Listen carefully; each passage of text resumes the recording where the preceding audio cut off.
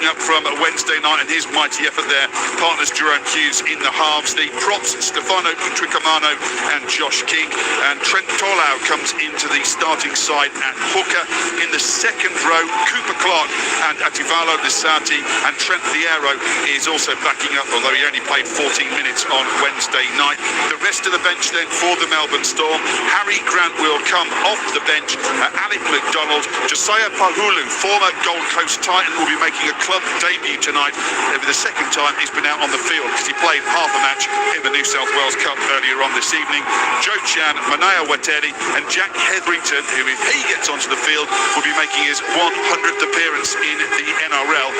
He made his 99th 5 weeks ago and he's been named on the long list every week, and he's been carrying the tackle bags most of those weeks, but he might get on the field tonight. Melbourne Storm will be kicking off again. It's Grant Atkins, the man in charge. Sua Falongo will be kicking to the northern end of Amy Park, and he kicks to the Roosters' right corner. Cody Ramsey fields the ball and pops it straight out to Nafahu White. He's met by 3 Storm defenders, gets up to near the 20-metre line before he's eventually rolled onto the floor.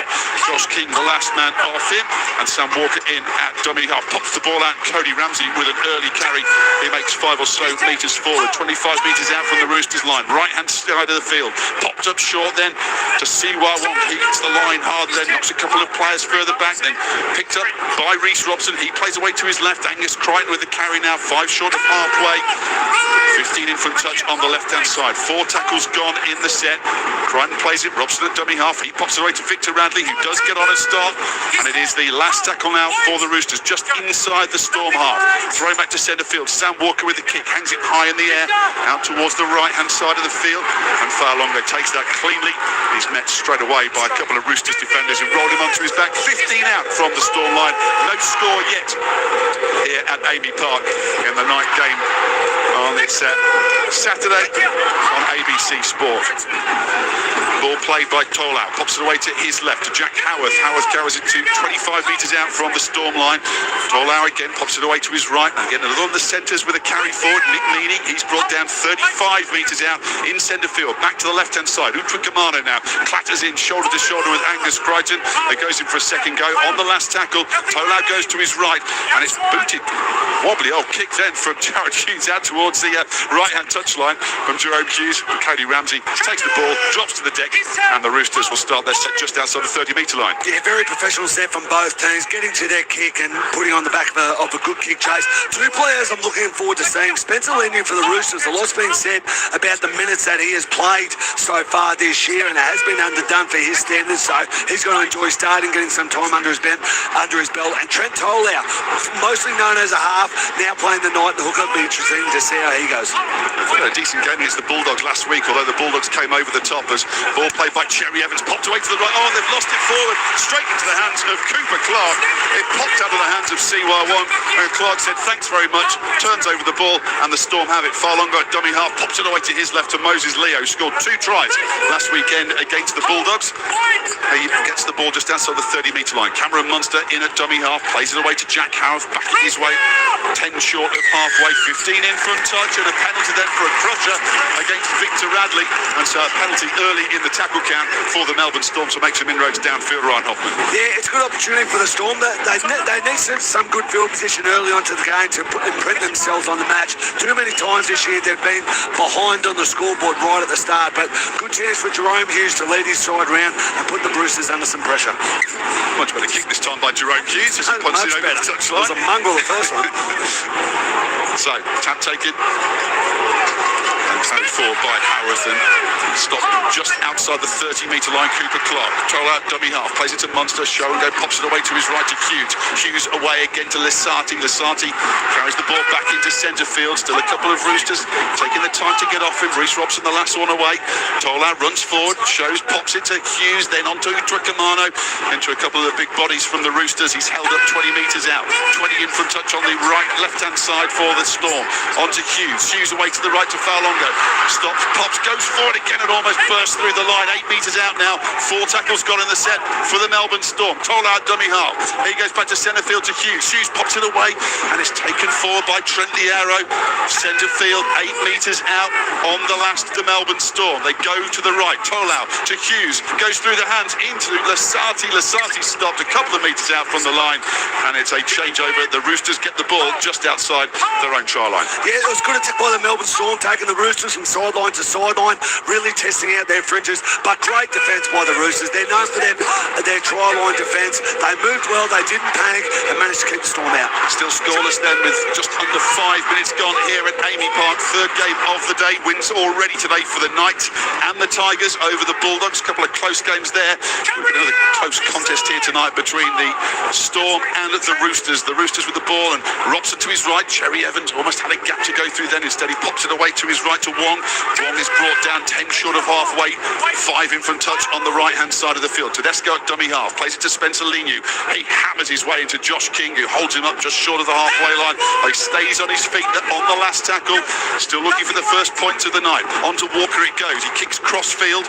Straight down the throat of Will Warbrick, who takes this up around his shoulders, runs infield, runs away from Victor Radley. Well, not quite away from Victor Radley. He manages to get hold of his arm and bring him to ground. 12 metres out in centre field. Falongo takes the ball, pops it to his right to Nick Meany. He's quickly pounced on by a couple of Roosters. Gets an offload away though to Hughes, and Hughes gets a few more metres downfield, just short of the 20-metre line. On it goes to Moses Leo now. He clatters into 3 big Roosters. He's pushed back again, 23 metres out, just left of centre field for the Melbourne Storm. Going left again to Jack Howarth. 3 Roosters defenders meet him just short of the 30-metre line now. Had 4 tackles gone in the set. Tolau away to his right. Munster with a long looping ball out to Lasati. On to Falongo. A long looping ball. It didn't maybe need to be that looping in the end to Will Warbrick. He has to step back infield and he's 35 metres out from his own goal line near the right-hand touchline on the last here as Hughes punts downfield. Gets some good distance on that spiral kick. Nobody there. Bouncing clear ground. Just saves James Tedesco. Bouncing along. Has to dive with the ball. A clumsy old dive as well. And he's jumped on by 2 Melbourne Storm players. No one there for the Roosters there, Toffee. No, it was funny. James Tedesco in his positioning didn't read Jerome Hughes' kick. Instead of going the old-fashioned dropper, and he went for the big torpedo bomb. Got a mongrel of a bounce. So they certainly benefit off to a bad set because they didn't go anywhere. Roosters' kick chase has been very impressive so far. Roosters with the ball, then 3 tackles into the set. 15 in from touch on the left-hand side, just outside the 30-metre, the Roosters.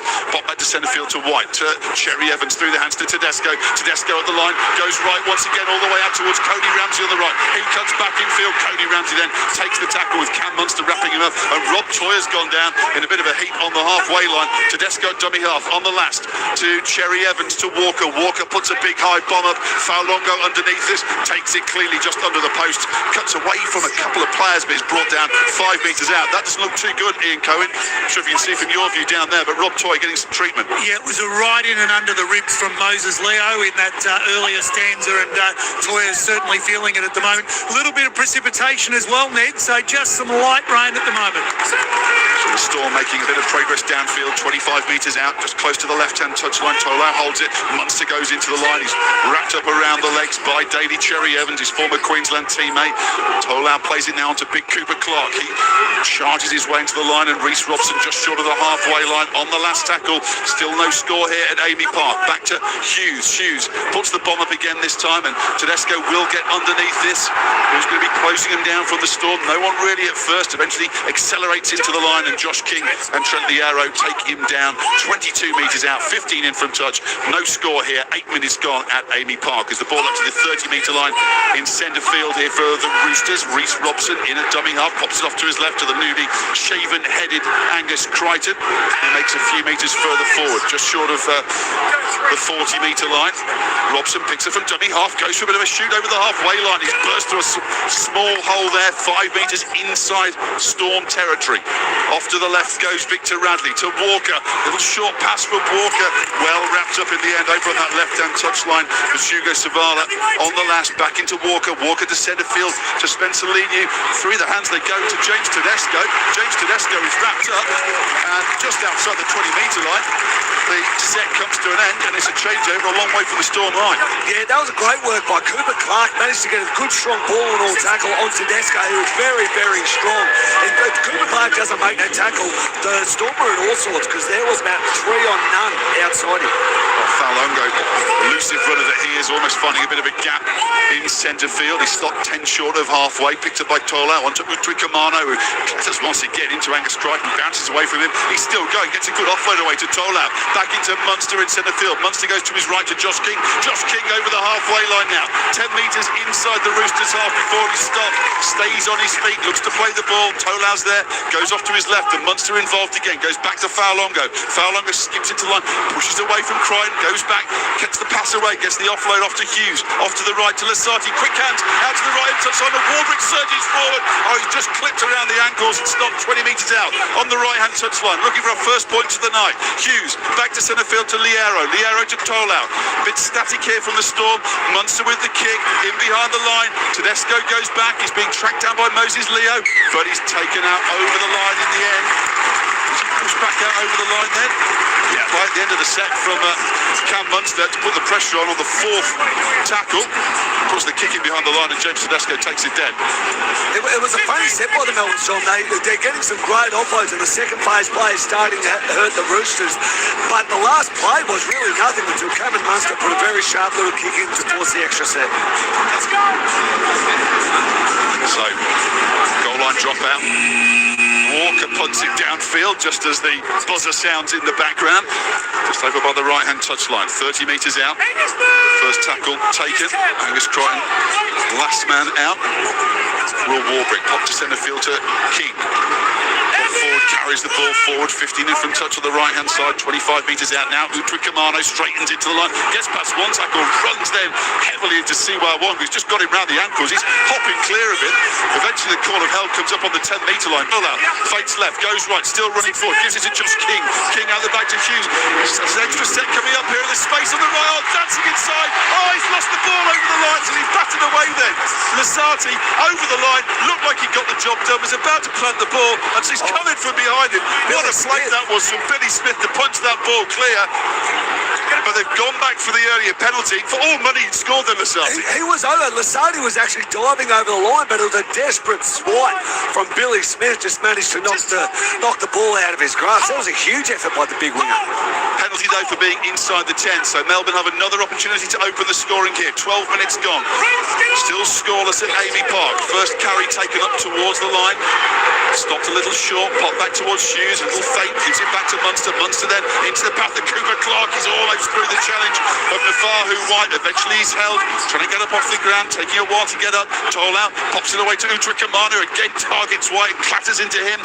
Not making any forward progress though. Still 8 metres away from the line. 15 in from touch on the left-hand side. Onto Munster. Munster back to Trent Liero, who I don't think was expecting the ball then. Manages to pop it away on an offload. They're going backwards here, the Storm. It's now with Munster. Munster looked like he wanted to kick that again. Well, he's still fending off a couple of players and keeping away from them. No one's wrapped him up yet. They finally do. He's 15 metres out from the goal line, slightly left of centre. Tolau now onto King. King through the hands to Hughes. Hughes out wide towards Mini. Mini's wrapped up just outside the 10. It'll be the last tackle here for the Melbourne Storm. Right hand side of the field. Thrown back to Hughes in centre field. He hangs one high in the air. That's just for Will Warbrick to contest. Warbrick gets up, turns. Does he get down and plant it? He looks like he's come up short of the line. Will Warbrick. He was the only player over there on the right hand side. That was clearly just Will Warbrick take on everybody, see if he could win. That was just sticking up there for Will and come down. But I tell you what, the Roosters' defence on their try line, absolutely tremendous. Some desperate efforts, especially on their left edge with Savala and Billy Smith making some great one-on-one tackles to stop the Melbourne Storm. So still awaiting our first point of the night. 13 minutes gone. Roosters starting deep in their own territory. Cody Ramsey with an early carry in the set in centre field. 15 metres out from the Roosters try line. 3 tackles gone. Goes on now towards Linu. Linu's brought down 25 metres out from the try line. Picked up a dummy half by Reece Robson, who scampers forward and makes a bit of ground. Then it goes on towards Walker. Oh, that's a beautiful pass. Out wide to the left. Into the hands of Billy Smith, who gets up into the Storm half. Just in from touch on the left-hand touchline. Thrown back in field now to Walker. On the last to Cherry Evans. Cherry Evans with the bomb. Falongo goes underneath him. Gets hold of that ball. 5 metres out from his line. Running cross field. Can he evade the first chance? Yes, he can. He's found a gap. He's away, Falongo. Deep inside his own half. Tedesco to beat. Tries to run around Tedesco, and he's wrapped wrapped up by Tedesco and Toya on the halfway line. He is such a handful. Sua Fa'alongo breaks up to the halfway line. Storm's not in a great position then. Going forward now, Moses Leo almost loses his shorts before they eventually call held. He's almost rolled out towards the touchline then by Siwa Wong. Then taking him forward is Howarth. Howarth half a gap again. Suddenly a few holes opening up in the Roosters' defence. Can the Storm get the first points on the board here? The arrow goes forward, fends off one challenge, stopped in centre field, just outside the 10-metre line. 4 tackles gone in the set. They go left. Cam Munster. Munster pops it short to Clark. Clark's brought down just short of the line. On the last, a couple of metres out. Toll out dummy half. Oh, he goes to the short side. It's been fumbled back inside the in goal, and it'll be another dropout here coming up for the Melbourne Storm. Good pressure. Not sure that was the right option on the last play. No, it wasn't bad by Trent Tollier. Look, he got the result. They could have gone wide for a 50-50 play, but he decided to play the high advantage. Very entertaining for both teams. Firstly, the Roosters swinging it wide to Billy Smith. Great tackle by Will Warbrick. And Sua Fa'alongo just turns nothing into something consistently in the NRL. Melbourne Storm applying a lot more pressure onto the Roosters here. So another goal line dropout coming up. Clock counting down. In some breaths here. 3 seconds left on the shot clock before they eventually get the kick away. They go long downfield up towards Jared Hughes, who gives it towards King. King gets up to the 30-metre line, 15 in from touch, right-hand side for the Melbourne Storm. And it's a penalty now in favour of the Storm once again. It seems like Manoa Fatari coming on because Nick Mini has gone off on the other side of the field. Can't quite tell what's happened there. Yeah, just trying to have a look at him from a long distance over the other side. So penalty then for an illegal steal from the Roosters, taken up towards the 20-metre line by the Storm. Tolau in at dummy half. Goes to his left to Hughes, pops it short to Liero, through the hands to Munster, gives it on to Cooper Clark, who takes it up just short of the 10-metre line away from the Roosters line, looking for the first try of the night. They go right, Tolau bounces his pass in towards Munster, then it's held onto by Liero, takes the tackle just outside the 10, wrapped up by his opposite lock, Victor Radley. Goes right, just Tolau, onto Hughes, who comes back in left, jinks away from one tackle, pops it into the hands of Fa'alongo. They've got a man over here, the Storm, if they can find the gap. Oh, 2 Roosters players collide with each other in making the tackle. They go over the top of Fa'alongo. He plays the ball now. Cooper Clark to Munster. Munster's static, holds onto it. Still only on the 4th tackle, going backwards here at the moment, the Melbourne Storm, and Stefano Utrikamano now runs into the line. He's brought down 15 metres out from the goal line. On the last, Melbourne Storm applying plenty of pressure, but still no points. Kick forward here by Jared Hughes, high in the air, looking for Warbrick again. Warbrick goes up. It's been knocked back over the dead ball line. I think he's going to say that's come off Will Warbrick. No, it's gone back off Billy Smith and looks like a drop out. But I imagine the bunker will check it. Yeah, the bunker's coming. She's out to the 20. Look, Melbourne Storm had a couple of sets, but they seem to be breaking down. Like Munster's catching the ball standing still, not sure what's going on. They should be applying a lot more pressure with the amount of ball they've had in the Roosters 20. Not seeing an awful lot of action down your end here, Cohen, at the moment. It's all been played down the opposite end of the ground. Yeah, it certainly is at the moment. But Hoffy, you'll know better than I have. This game plan changed slightly because Storm are being really expansive rather than that grind down the corridor. So there's obviously been some sort of change. The other thing is Nick Meaney's still hobbling around in back play. Obviously he's come off, but he looks like maybe a lower leg or a knee or an ankle problem for Nick Meaney. Manio Wateri is on, playing in that right centre position at the moment. Now the Roosters have a chance to rumble forward. 3 tackles gone in the set. It's with Nafahu White. He stays on his feet. He's 10 metres inside the Storm half. A little nutmeg there with Trent Liero, letting the ball run through his legs to keep out of the way and not interfere in the tackle. On the last now for the Roosters, Reece Robson goes to his left. Walker runs forward, hangs a bomb up in the air. Fa'alongo underneath it. Tedesco tries to challenge, tries to replicate Wednesday night, trying to run through, steal the ball at the goal line next to the post. This occasion, he doesn't come up with the ball. Fa'alongo does, and the Storm start right back on their own goal line before they try and roll downfield. Ned, stand by for a big cheer. Harry Grant's just come on. earlier than I thought I'd see him as well. Come to the field and play, but Harry Grant is out there now. Yeah, I think Trent Toller, he's done a lot of work defensively. We're not used to playing in the middle, having all the big boys coming at you. He's sucking in the big ones now, Trent. I've just seen him down behind the dead ball as a kick downfield. A wobbly old kick is at 40-20, just short of the 20-metre line. And the rain is really coming down now there. Probably you're going to get lucky tonight, Koza. You're not going to get rained on too much, but I think you've jinxed me on your first call. Sorry about that. So that one wobbled out over the touchline. It means that the Roosters will start on the 20-metre line. How good's the matchup we're seeing between Longo and James Tedesco? The young player coming through and also the veteran who backed up on Wednesday night is doing a great job. But Longo's doing some great things on his kick returns. Just seen Nick Meaney go down the tunnel. He looked not in a good way at all as he hobbled off. So that's what we've seen of him tonight. And early in the tackle count here, 6 more tackles for the Roosters. It's already on the 0 tackle, so they're taking it forward. 10 short of halfway, 15 in from touch on the right-hand side. Reece Robson goes for a little burp from dummy half, and he's just got inside the Storm half. Cherry Evans into dummy half. He goes down the left side of the middle, throws it to centre field, and it goes to nobody in the end. Well, cutting in field, Sam Walker came for it, went over his head, and bobbled around the floor. The Roosters do retain possession. 10 inside the Storm half. Robson goes to his left to Cherry Evans. Cherry Evans back to Walker, pops it short to Crichton, almost finds a way through. Oh, gets the offload away, but it's forward. He threw it around the corner, and he could not have been better positioned than Grant Atkins to make that call as he threw the ball around the corner to Hugo Savala, who was out in the clear. That ball was forward. Yeah, he just looked the wrong way initially, Angus Crichton. It was a good, strong run. Got the ball out, ready to promote the football, but he looked inside and then looked outside. By the time he looked outside to Hugo Savala, he was already past him. But that's a dangerous side for Jerome Hughes. He's going to be seeing Angus Crichton a lot more tonight. So, scrum in centre field on the 20-metre line for the Melbourne Storm. Ball's popped in. Harry Grant picks the ball out, pops it away to Moses Leo with a strong run. 3 Roosters there to bring him down, just outside the 20-metre line. Thrown across now to Cooper Clark. He carries the ball forward, 35 metres away from the goal line now. 15 in from touch. Still scoreless here on a rainy night in Melbourne. The Melbourne Storm and the Sydney Roosters. NRL Saturday on ABC Sport. There's sending him back to the mark there, as he's just shuffled a little way forward to play the ball, then tread the arrow. Ball comes to the left. Hughes pops it short towards Cooper Clark. Cooper Clark is well wrapped up just short of the halfway line.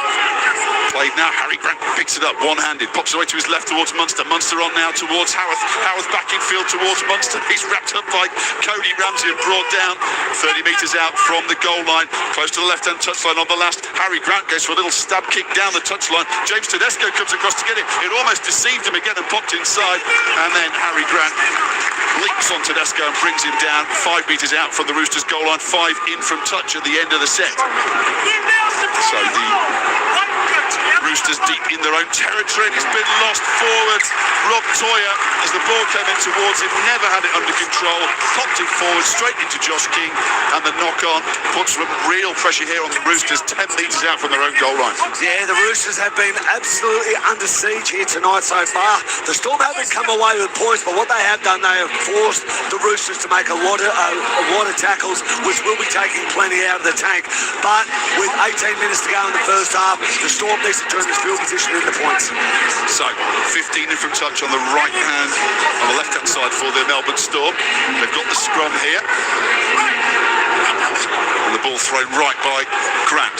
Wider by Hughes into the hands of Fa'alongo. He's got Warbrick outside and takes the tackle a couple of metres in from touch. Warbrick plays the ball. A dummy half onto Hughes. He throws it infield again to Lasati. Back in centre field, wrapped up by a couple of Roosters. A couple of tackles gone in the set. Harry Grant at dummy half goes left to Munster. Back in field to King. King straightens the run in towards the post. He's 8 metres out from the goal line now. Still waiting for our first point of the night. 22 minutes gone.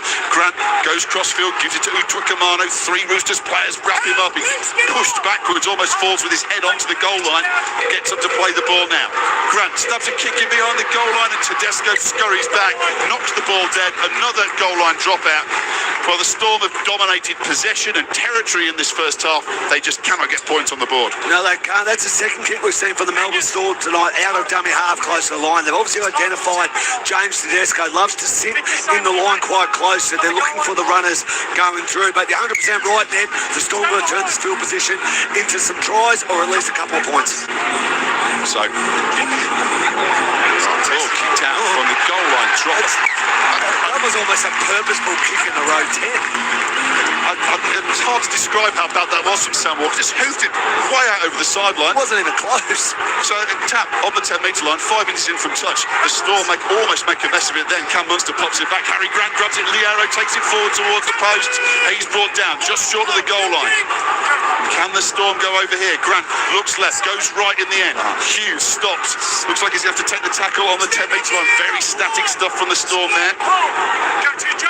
Played now. Grant goes left to Munster.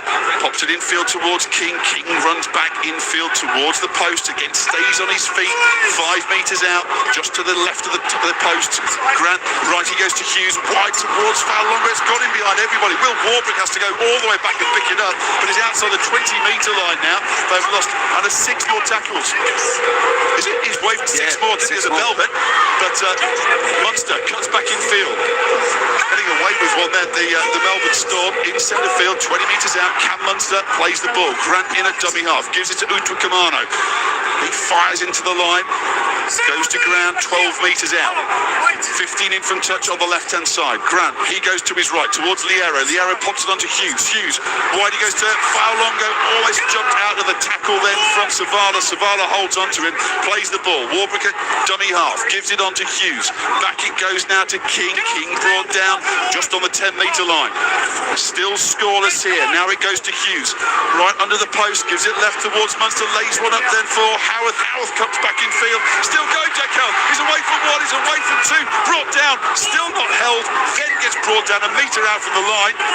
And he's just being sent back to the mark by the referee, Grant Atkins. Played to right, on the last. Is the ball knocked down? 6 again. It is. They've got to get hold of the ball though. First it's been knocked back all the way to the 20-metre line. And Cam Munster does get hold of it. Fakes to give it towards Cooper Clark. It's gone very messy out there at the moment. And eventually Munster takes a tackle. No, he doesn't. He pops the ball away to Harry Grant. They go right here. On towards Lasati. Lasati going forward now. 5 metres in from touch on the right. 10 metres out. Surely the Storm have got to make this pressure pay. Now it's with Hughes. Now he pops it onto King. Backs in towards the line. 3 Roosters wrap him up in the rain here in Melbourne. Just let that curve him. He falls over the line, but he gets back and plays the ball. Jumping back in field and diving over and scoring is Harry Grant. He came on off the bench and he's opened the scoring here tonight at Navy Park for Melbourne with a typically swift piece of thinking from dummy half. Picked the ball up from a scrappy looking play the ball from Josh King. Fated to go to his left, went back to his right and fell over the line and plants the ball just to the right to the upright.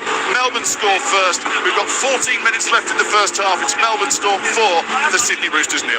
Look, for Storm fans watching here at the ground or listening to you on the radio, it's about time. Because to be quite honest, with the amount of ball that the Melbourne Storm have had, they should have scored at least 10 tries. The Melbourne Storm's attacking a hell of a lot better outside the Roosters 20 than what they do inside. I've got to give a couple of Roosters a rap. Hugo Sabala has done some amazing one-on-one tackles with Suafar Longo on that left edge. It finally took Harry Grant just to go direct. Melbourne Storm, they're going too sideways, propping, stopping. They finally went direct from Josh King, then Harry Grant follows it up, scores over the line. That's a cat that's knocked there by Harry. Sorry, I was getting so frustrated, Ned, watching the Melbourne Storm attack it. Jeez. But they finally got the points. They're making it hard for themselves. Incidentally, Nick Meany's off the field of play. Yes. So Suafar Longo is stepping up to kick the extra points. Just removing the headgear before he steps forward to add the extras here. Sua. Off with a calf injury and we won't see him for the rest of the night, Nick Meany. Thanks. And Curran down on the sideline and It's reinforcing the news, but it looked fairly obvious when he went down the tunnel that it looked like he wasn't going to be making it back tonight, Nick Meaney, but that's another blow for the Melbourne Storm. Losing one of their senior outside backs as Fa'alongo steps forward, slaps him between the posts, flags go on, 6-0 to the Melbourne Storm here, just under a quarter of an hour to go until half-time. A couple more players coming onto the field now, Celeste Fekete and Lindsay Collins for the Roosters. Hard going out there, poor old Koza as well, with the hood up now, very wet conditions, hard going for both these sides. Yeah, look, it certainly is at the moment, and some of that Storm play, though, you can blame a little bit on the rain, but gee, it was quite amazing, the lack of process and lack of system. But in the end, obviously, Harry Grant, just a bit of brilliance from him, and we know we've been spoilt at Melbourne with hookers that have been so good, and Harry Grant continuing that tradition. So 27 minutes played here, 6-0 the score, and some more statistics and the likes later, but 59 possession to the Melbourne Storm to 41 to the Roosters. They have had the lion's share of it, Hoffy, so far. They just haven't made the most use of it. Yeah, they certainly have, but they would have taken a lot of gas out of the Chooks too, so not surprising they made a couple of changes. Tedesco kicks off, Munster collects it, gives it to Utukamano, runs into centre field, he's hit by the new man on the field, Fekete, driven onto his back in centre field, 10 metres out from the Storm line as the rain squalls its way into Amy Park tonight. Ball popped back towards Josh King, he's wrapped up, stays on his feet, just short of the 20-metre line, 15 in from touch on the right. Now Harry Grant at dummy half, gives it to Trent Liero, 25 metres out in centre field. Roosters back, and the kick early in the tackle count here. It's going for the 40-20. It's out towards the touchline. It takes a kind bounce infield and over the head of James Tedesco, who races back up to the wall of purple that comes to meet him. Cooper Clark wraps him up along with Cam Munster. As the Roosters begin the set, 25 metres out from their own goal line, as Cody Ramsey collects the ball. He makes a couple of metres further forward before he goes to ground. Cherry Evans at dummy half, goes away to his right, puts the ball on to Billy Smith, who has an early carry here. Billy Smith's been out since the second round with a knee injury before he comes back into the side tonight on the wing. Both the first choice wingers out for the Roosters tonight, and then staying in the tackle a little bit too long then the Melbourne Storm. They've given away a penalty here, not what they'd want straight off the back of scoring the first try. No, they did well, the Roosters, in running hard and forcing the Melbourne Storm just to stay a bit long. Actually, it was a knee from Cooper Clark dislodging the ball. There's opportunity for the Roosters. If they can't come away with points attacking the Melbourne Storm in, they at least got to build pressure, just like the Storm did. The Storm attack wasn't great, but at least they built pressure. Kick out over the sideline, 5 metres into the Storm half is where the Roosters will begin. 5 in from touch, Rob Toyer throws it infield to Cherry Evans, on to Lindsay Collins, first carry for him. He clatters into the line before eventually he's brought down. Playing the ball, Reece Robson at dummy half to Walker, straightening and running into the line. Nat Butcher out onto the field now for the Roosters, 30 metres out, slap bang in the middle of the field here the Roosters. They go right, through the hands to Radley, to Cherry Evans, to Tedesco up in the line, to Rob Toyer, out towards that right-hand touchline before he goes to ground, just inside the 20. Cody Ramsey at dummy half, throws it infield towards Cherry Evans. Cherry Evans, a short ball towards Lindsay Collins, who loses it, and this is dangerous for them. Fa'alongo looking for a hold, can't burst his way through the defence. He's always a danger whenever he gets the ball in that open place to a Fa'alongo, but they wrap him up 20 metres out. They lead 6-0. Yeah, he's a broken field specialist to a Fa'alongo. Certainly alarm bells when he gets the ball off an error. That's poor attack from the Roosters. Too hard a pass, too close to the line. In these conditions, you've got to play the high percentage. Fresh man on the field as well, in Lindsay Collins, who's just come on off the back of that try. 6-0 the Storm lead. Ball taken up to 10 metres shy of halfway by Utukamano. Now Grant away to the right, through Liero to Hughes, pops it short, Lasati almost through a hole. He's brought down 10 inside the Roosters' half. 4 tackles gone in the set. Ball picked up by Grant, gives it to Liero, on to Munster. Munster left in no man's land, goes for the kick in behind the line here. Plenty of Storm players chasing through. Ramsey picks it up, does really well to skirt his way around. So Cooper Clark had almost away. Cam Munster got him round the bootlaces and brought him down. 15 in from touch. And that's where the Roosters begin the set. 6 down. They're moving across to the left. And a little sideways at the moment, and it's a penalty that That tackle slipped up a little high then from Will Warbrick, and so again, a slightly relieving penalty for the Sydney Roosters to get some early ground downfield in the set. Yeah, they certainly needed that, the Sydney Roosters. There's been a few times Cameron Munster's sort of been stuck of what to do, and he's put in a bit of an early kick, which has been successful for the Melbourne Storm. But the Roosters here again get invited, another penalty, getting themselves out of their own end, another opportunity for them to build pressure. They need to get to the end of the set. Around the grounds quickly, quarter time in the AFL, the Bulldogs lead Collingwood 28-21. In the Super Rugby, the Waratahs are leading the Western Force 18-7 in the first half, and it's the third quarter in the Super Netball. West Coast Fever 39, Melbourne Mavericks 37. Here it's 6-0 to the Melbourne Storm. Ball played by the Roosters. Butcher carries it forward, 10 into the Storm half. Reece Robson in at dummy half for the Roosters. 2 tackles gone in the set. They go right. Walker pops it back in field towards Radley. Radley in centre field, brought down by 3 Storm defenders. Gets up, plays the ball, moves it across to the left. Pop back in field again in towards Tavares, who's brought down very well. 20 out from the line, ball back in field once again for Ketty there. Palms off one, keeps going forward, not far away from the goal line. Brought down now eventually on the last here, the Roosters. Kicked in behind the line. There's too heavy a kick in behind the line then from Reece Robson. Too much weight on it. It bounces dead, and a little bit of a let off at the end of what was a good set from the Roosters. Yeah, the Melbourne's... Chance there is Farlonga takes a quick tap. He skips in between the couple of tackles. He's run inside Tedesco. And eventually Crichton gets back and clatters it into the ground. That's electric stuff from Sua Farlonga to break downfield out of nothing. Saw half a gap, charged his way through it, and carried the Storm downfield. 7 to go till half time. Can the Storm build on a 6-0 advantage? Munster with the ball, goes to his left. Cooper Clark, 10 out from the line. Oh, he's got away from the tackle. They still haven't wrapped him up. Eventually, 3 Roosters players get involved to bring him down. 5 out from the line. They go left, in towards Howard, backs his way to the line, and he's held up on the goal line. Push back, he'll play the ball a metre out from the line. Grant a dummy half, throws it long to Munster, wraps it up around his shoulders, gives it infield towards McDonald. McDonald a couple of metres short of the goal line, 20 in from the left-hand touchline, thrown in, powered in towards Munster. Munster's held to the line, he's not quite got over. Inches short of the goal line, Cam Munster. On the last, go back again towards Hughes, again that crossfield kick, looking for Will Warbrick.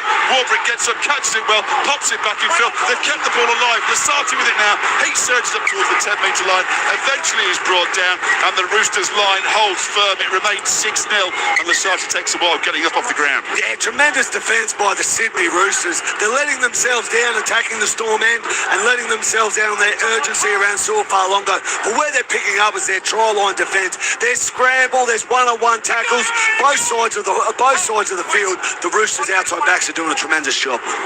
So Reece Robson at dummy half pops the ball infield, brought down 25 metres out from the Roosters goal line. Hugo Savala, they go left, it's in towards Fouquetti. He's been impressive for Ketty. Yeah, really has his burst on with a lot of power off the bench. The ball knocked out of his hands by Harry Grant. It's a penalty to the Roosters. Harry Grant is arguing the toss with the referee, although he's decided not to challenge. He's the only one that could argue, but that could do something about it, but he decided not to, so... It sort of undermines his argument if he's not going to challenge. Exactly, he's convinced it shouldn't have been given. I've just seen a quick replay of his hand was definitely in there on the ball, but the Roosters get a chance to get a leg up downfield. Ball popped infield, Angus Crichton held in the tackle, stays on his feet. 30 metres out from the Storm line. Can the Roosters hit back? They trail 6-0 at Lindsay Collins. A big contact as he goes forward. He clatters into Lasati. Just being sent back to the mark there, Lindsay Collins. That was the whistle in the background you heard from Grant Atkins. Plays the ball on the 20-metre line. Goes to the right towards Fouquetti again. Makes good metres downfield, just outside the 10. Rolled onto his back eventually, though, by Josh King and Harry Grant. Reece Robson plays the ball left, through the hands to Walker. Pops onto Tedesco. Quick hands out to the left-hand touchline to Billy Smith. And Billy Smith dives over. That was just simple. Quick hands down the line, moving it to the left. Great final pass from Savala. And Billy Smith holds on to plant the ball over the line and score a try in his comeback game. Kick to come out on the left-hand touchline. The Storm lead the Roosters 6-4. Yeah, well executed try, Sydney Roosters. They opened the field up, getting to the right post, and then there was some great hands. James Tedesco and Hugo Savala under a lot of pressure, but the catch, pass, and the execution of the skill was awesome. And Billy Smith, he had a bit of a challenge here from Jerome Hughes, but too big, too strong, gets the ball over the line. The Roosters have had to work a hell of a lot harder in attack for their try than what the Melbourne Storm did, but we'll see how that gas holds out for the rest of the game. Well, 4.5 to go until half-time. Harry Grant involved in deep conversation with Grant Atkins on the far touchline, which you can probably just about hear in the background. And this to level it up out on that touchline. Sam Walker, who kicked well the other night at Origin. He's been pretty good all season for the Sydney Roosters. Right to tonight, kicking at 75%, 42 from 56 for Walker. He sits the ball up on the tee out on the left-hand touchline. Even though the Storm have been dominating possession in this first half, the Roosters could level things up here with 4 minutes to go until half-time. Concentrating stare at the ball from Walker. Walks back out over the line. A few jeers around the stadium as he lines himself up, wipes the rain away from his brow. Tries to fire this one in to the post. It's a tricky kick. Walker to level things up, steps in from the left-hand touchline, hangs up towards the post, and it's just gone across the face. It remains 6-4 to the Melbourne Storm against the Sydney Roosters. Should have asked you, Coach, actually, what the wind's like down there, because obviously not a lot of indicators down here if there's much wind around the stadium. No, it's a very still night, actually. There was a little zephyr earlier going to the right-hand end of your ABC Sport app, but no, really, really still. Thankfully, that rain has abated now, and hopefully the night will be clear to play on. But in terms of time in possession, Storm have had 50% more time in possession than the Roosters. So, in a way, the Roosters have been more efficient. They've had less of it, but the scores are just about tied up. So, Faulongo will take the kick-off for the Melbourne Storm. Puts it in towards the Roosters' right. Cody Ramsey takes the ball, pops it onto Butcher, who pops back in field and is brought down by Trent Piero and Harry Grant, two Queenslanders combining to make the tackle 20 metres out from the Roosters' line. They trail 6-4, taking the ball forward into the line. Rob Toyer on this occasion, he goes to ground, he's wriggling his way up, plays the ball. Reece Robson on towards Collins now. Collins surging forward, 35 metres out from the line, over towards the left-hand touchline. Robson in again, a dummy half, picks it up and goes down the short side. Walker's in there, jumps back in from a couple of times, throws the ball back in field, and it was beautifully read by Harry Grant, who picked that one off, and he wins the ball back for the Melbourne Storm. Ball played. Lazardzi dummy half, he gives it on now to Will Warbrick, who's back into centre field. He's brought down 40 metres out from the goal line. Grant at dummy half goes to his right, and McDonald has fumbled it. He's dropped it cold as the ball was thrown into him. Great opportunity for the Melbourne Storm to finish the half on a high and extend their 6-4 lead. Instead, handling error turns the ball back over to the Roosters. Yeah, it's a great opportunity there for the Storm from Walker's error to really try and get another try before half-time, but it was just a simple drop there. Alec McDonald, man affectionately known as Jim, taking his eyes off the ball. They're on off the bench tonight, having originally been named in the starting lineup. A couple of minutes to go until half-time here at Amy Park. NRL Saturday on ABC Sport. The Storm leading 6-4. James Tedesco surging down the right-hand touchline. He's brought down line by Munster and Cooper Clark. 5 in from touch. Plays the ball. Cherry Evans at dummy half. Back in field he goes to Siwa Wong. Backing his way 10 metres inside the Storm half in centre field. McDonald and Grant. Last one's off him. Walker to the left. Plays it on towards Butcher. Nat Butcher, that is, who's brought down 15 in from touch. 25 metres out. Reece Robson to his right. To Walker. Cherry Evans steps back inside. He was quickly wrapped up then by Cam Munster, who'd come forward out of the line. Makes the tackle. 4 gone in the set. Robson goes to his left into Focchetti. Focchetti through the hands towards Walker. To the left again they go. Tedesco to Savala. Savala wrapped up around the ankles. And in the end, it is a penalty there with Jerome Hughes taken out in back place. He went in to try and make the tackle. I think Angus Crichton, the one who infringed on that occasion, running in to the Storm number 7. Yeah, Angus Crichton running the line there. He wasn't looking at Jerome Hughes, and Jerome Hughes did a good job just to run into him, but it was obstructed there. So just over a minute to go. Can the Melbourne Storm get points on the board? So tap and go. The Melbourne Storm will Warwick throws it in. Lasati with it now, just short of halfway, 15 in from the right-hand touchline. Harry Grant at dummy half. A minute left in the first half. The Storm leading 6-4. Thrown to the left through Munster to Fa'alongo. He's got a couple outside. Quickly through the hands they went. And did it bounce off a Roosters player and go out over the line? Yes, it did, according to the referee, as Jack House was trying to quickly whip it out towards Leo on the left. The Storm pack down a scrum in centre field. Time off. In fact, they're not packing down the scrum. They just played the ball here. 40 metres out from the goal line. Grant plays it to his right. Oh, it's been knocked down to the ground by Sam Walker, who was urged not to kick it away then by Grant Atkins. So the Melbourne Storm. We've got 20 seconds here to take this scrum. Scrum clock continues. Guys are going to make the scrum clock. He'll be racing in. It looks like he stopped on the big scoreboard. 22 seconds and Heads in, okay. Stop the scrum clock game. 2, maybe 3 plays in the Storm. so 30 metres out. They go to the left through Hughes to Munster. Long ball pass out towards the left-hand touchline. Moses Leo runs into James Tedesco. He's held up 10 metres out. Stays on his feet. Chance to play the ball here. He's been well wrapped up with it all over him, and those Roosters players. Took a while for them to get off him. And Grant goes for the drop goal. He misses just to the left of the uprights. That was the final play of the half. Trying to take a sneaky snapper goal then, Harry Grant. The try scorer for the Melbourne Storm in the first half. The Queensland State of Origin hooker who started off the bench tonight, but he came on and broke the deadlock after plenty of pressure from the Melbourne Storm. However, that lead didn't last too long before some quick hands got the Roosters back on level terms in terms of tries scored. However, Sam Walker couldn't convert out on the left-hand touchline the try that was scored by Billy Smith. So half-time score is the Storm leading by 6 points to 4, Reinhold. Yeah, look, I think the Roosters will be ecstatic with that scoreline, to be quite honest. With the amount of defence that they had to do, they would be ecstatic only going down, only being down at half-time by 2 points. For the Melbourne Storm, look, they can be a lot of negatives when they can think about, oh, geez, we should be scoring more points ahead, but they're ahead.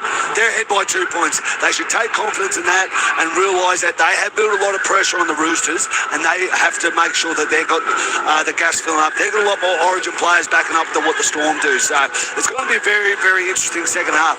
Both teams can improve. Melbourne Storm with their goal line attack, and certainly the Roosters with their handling. But I think it's going to be a good second half footy. Yeah, absolutely. It has been a very entertaining first half so far that we've seen here between these two sides. Just in terms of a few of the stats from the first half, no huge surprise in terms of the amount of ball that the Storm have had compared to the Roosters, 61% to 39%. Completion rate for the Melbourne Storm run off 95%. They've had 21 of 22 sets completed. Craig Bellamy, I'm sure, will be delighted with that. The fact that they haven't made as many mistakes, one or two, that McDonald drop towards the end of the first half. Other than that, they've really made good use of the ball when they've had it, in terms of holding onto it and making the Roosters defend. Yeah, certainly. That's 9 more sets than the Roosters, so that's 54 more tackles that the Roosters have had to make, which will affect them, especially those Origin boys backing up. 12 from 18 for the Roosters, completing at 66%. Should expect more run metres from the Melbourne Storm, 821 to 686. 4 line breaks to 1 from the Melbourne Storm. 29 tackle breaks, 10 in favour of the Melbourne Storm through the course of that first half. 7 offloads to 1 as well in that first 40 minutes of the first half there, and a couple of other of the stats from the first half. It's fairly even in terms of penalties. 9 errors from the Roosters to 2 from the Storm. 4 penalties to 3. The Roosters conceding 4 penalties, and on report only 1 player so far from that first half. I'll chase up exactly who that was from the first half there. In terms of some of the individual stats through the first 40 minutes here, we've had I think in terms of standout players, no real doubt for me it will be Sua Fa'alongo, who would probably be leading the amount of metres made in that first 40 minutes. He's run 152 metres. He's been a danger all night, as he generally is as well. Anytime there's broken play in particular, when they haven't got the defensive line set, the Roosters, he always looks a menace. Yeah, he's He certainly has. They were really good on their kick chase at the start of the game, Roosters, but just started to fall off when a bit of fatigue came in. And in terms of the Roosters in that first half, a lot of defensive work has been done by them. Benny Smith's run 106 metres, so it's not a bad return to the first team for him, having been on the sideline for a little while since round 2 with that injury. Reece Robson's made 28 tackles backing up from Origin, 24 tackles also made by Siwa Wong through the course of the first half here. So plenty more still to come in the second half. I'll try and get to a few of your SMSs after the news as well, and also run through the rest of the around the ground scores. But the halftime score at Amy Park here, NRL Saturday on ABC Sport. The Melbourne Storm lead the Sydney Roosters by 6 points to 4. We'll be back with all the second half action after a trip to the ABC newsroom.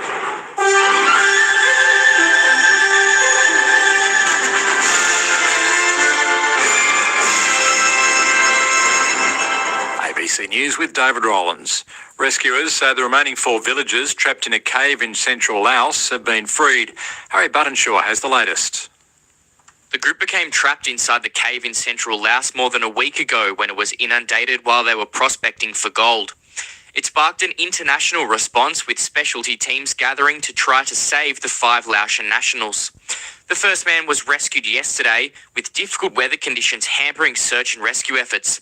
Thai rescue crews now say they've successfully pulled the remaining 4 from the tight cave. US Defence Secretary Pete Hegseth has again urged Asian allies to increase military spending in order to counter China's growing power and prevent its dominance in the Indo-Pacific region. Speaking at the Shangri-La Dialogue in Singapore, he says a stronger, more self-reliant network of allies is essential to deter aggression and preserve the balance of power. He says the US expects its Asian allies and partners to increase defence spending to 3.5% of GDP, while stressing the need for stability, not escalation. Strong but quiet. Big stick, speak softly. We will prioritize lethal capabilities, strategic discipline, and business-like cooperation over empty rhetoric and peacocking. Ukraine says it's conducted a drone strike on a Russian oil refinery in the city of Taganrog in the southwest of the country. The Russian regional governor says 2 people were injured in the attack, but fires resulting from it have been extinguished. Ukraine's drone force commander says drones have also hit a Russian Shadow Fleet tanker and an oil terminal in Russian-occupied Crimea. He also says drones have hit 23 military targets inside Russia, including 2 long-range maritime reconnaissance planes and a missile complex. The Liberal Party leadership has issued rallying cries at its federal council today. Political reporter Isabella Tolhurst has the story.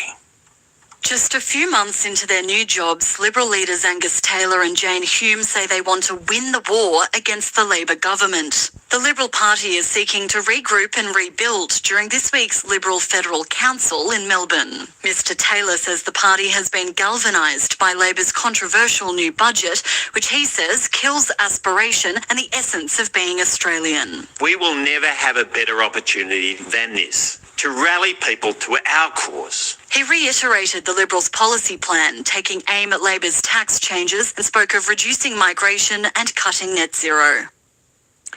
People in large parts of Western Australia's southwest are preparing for potentially destructive winds tonight as a strong cold front moves across the region.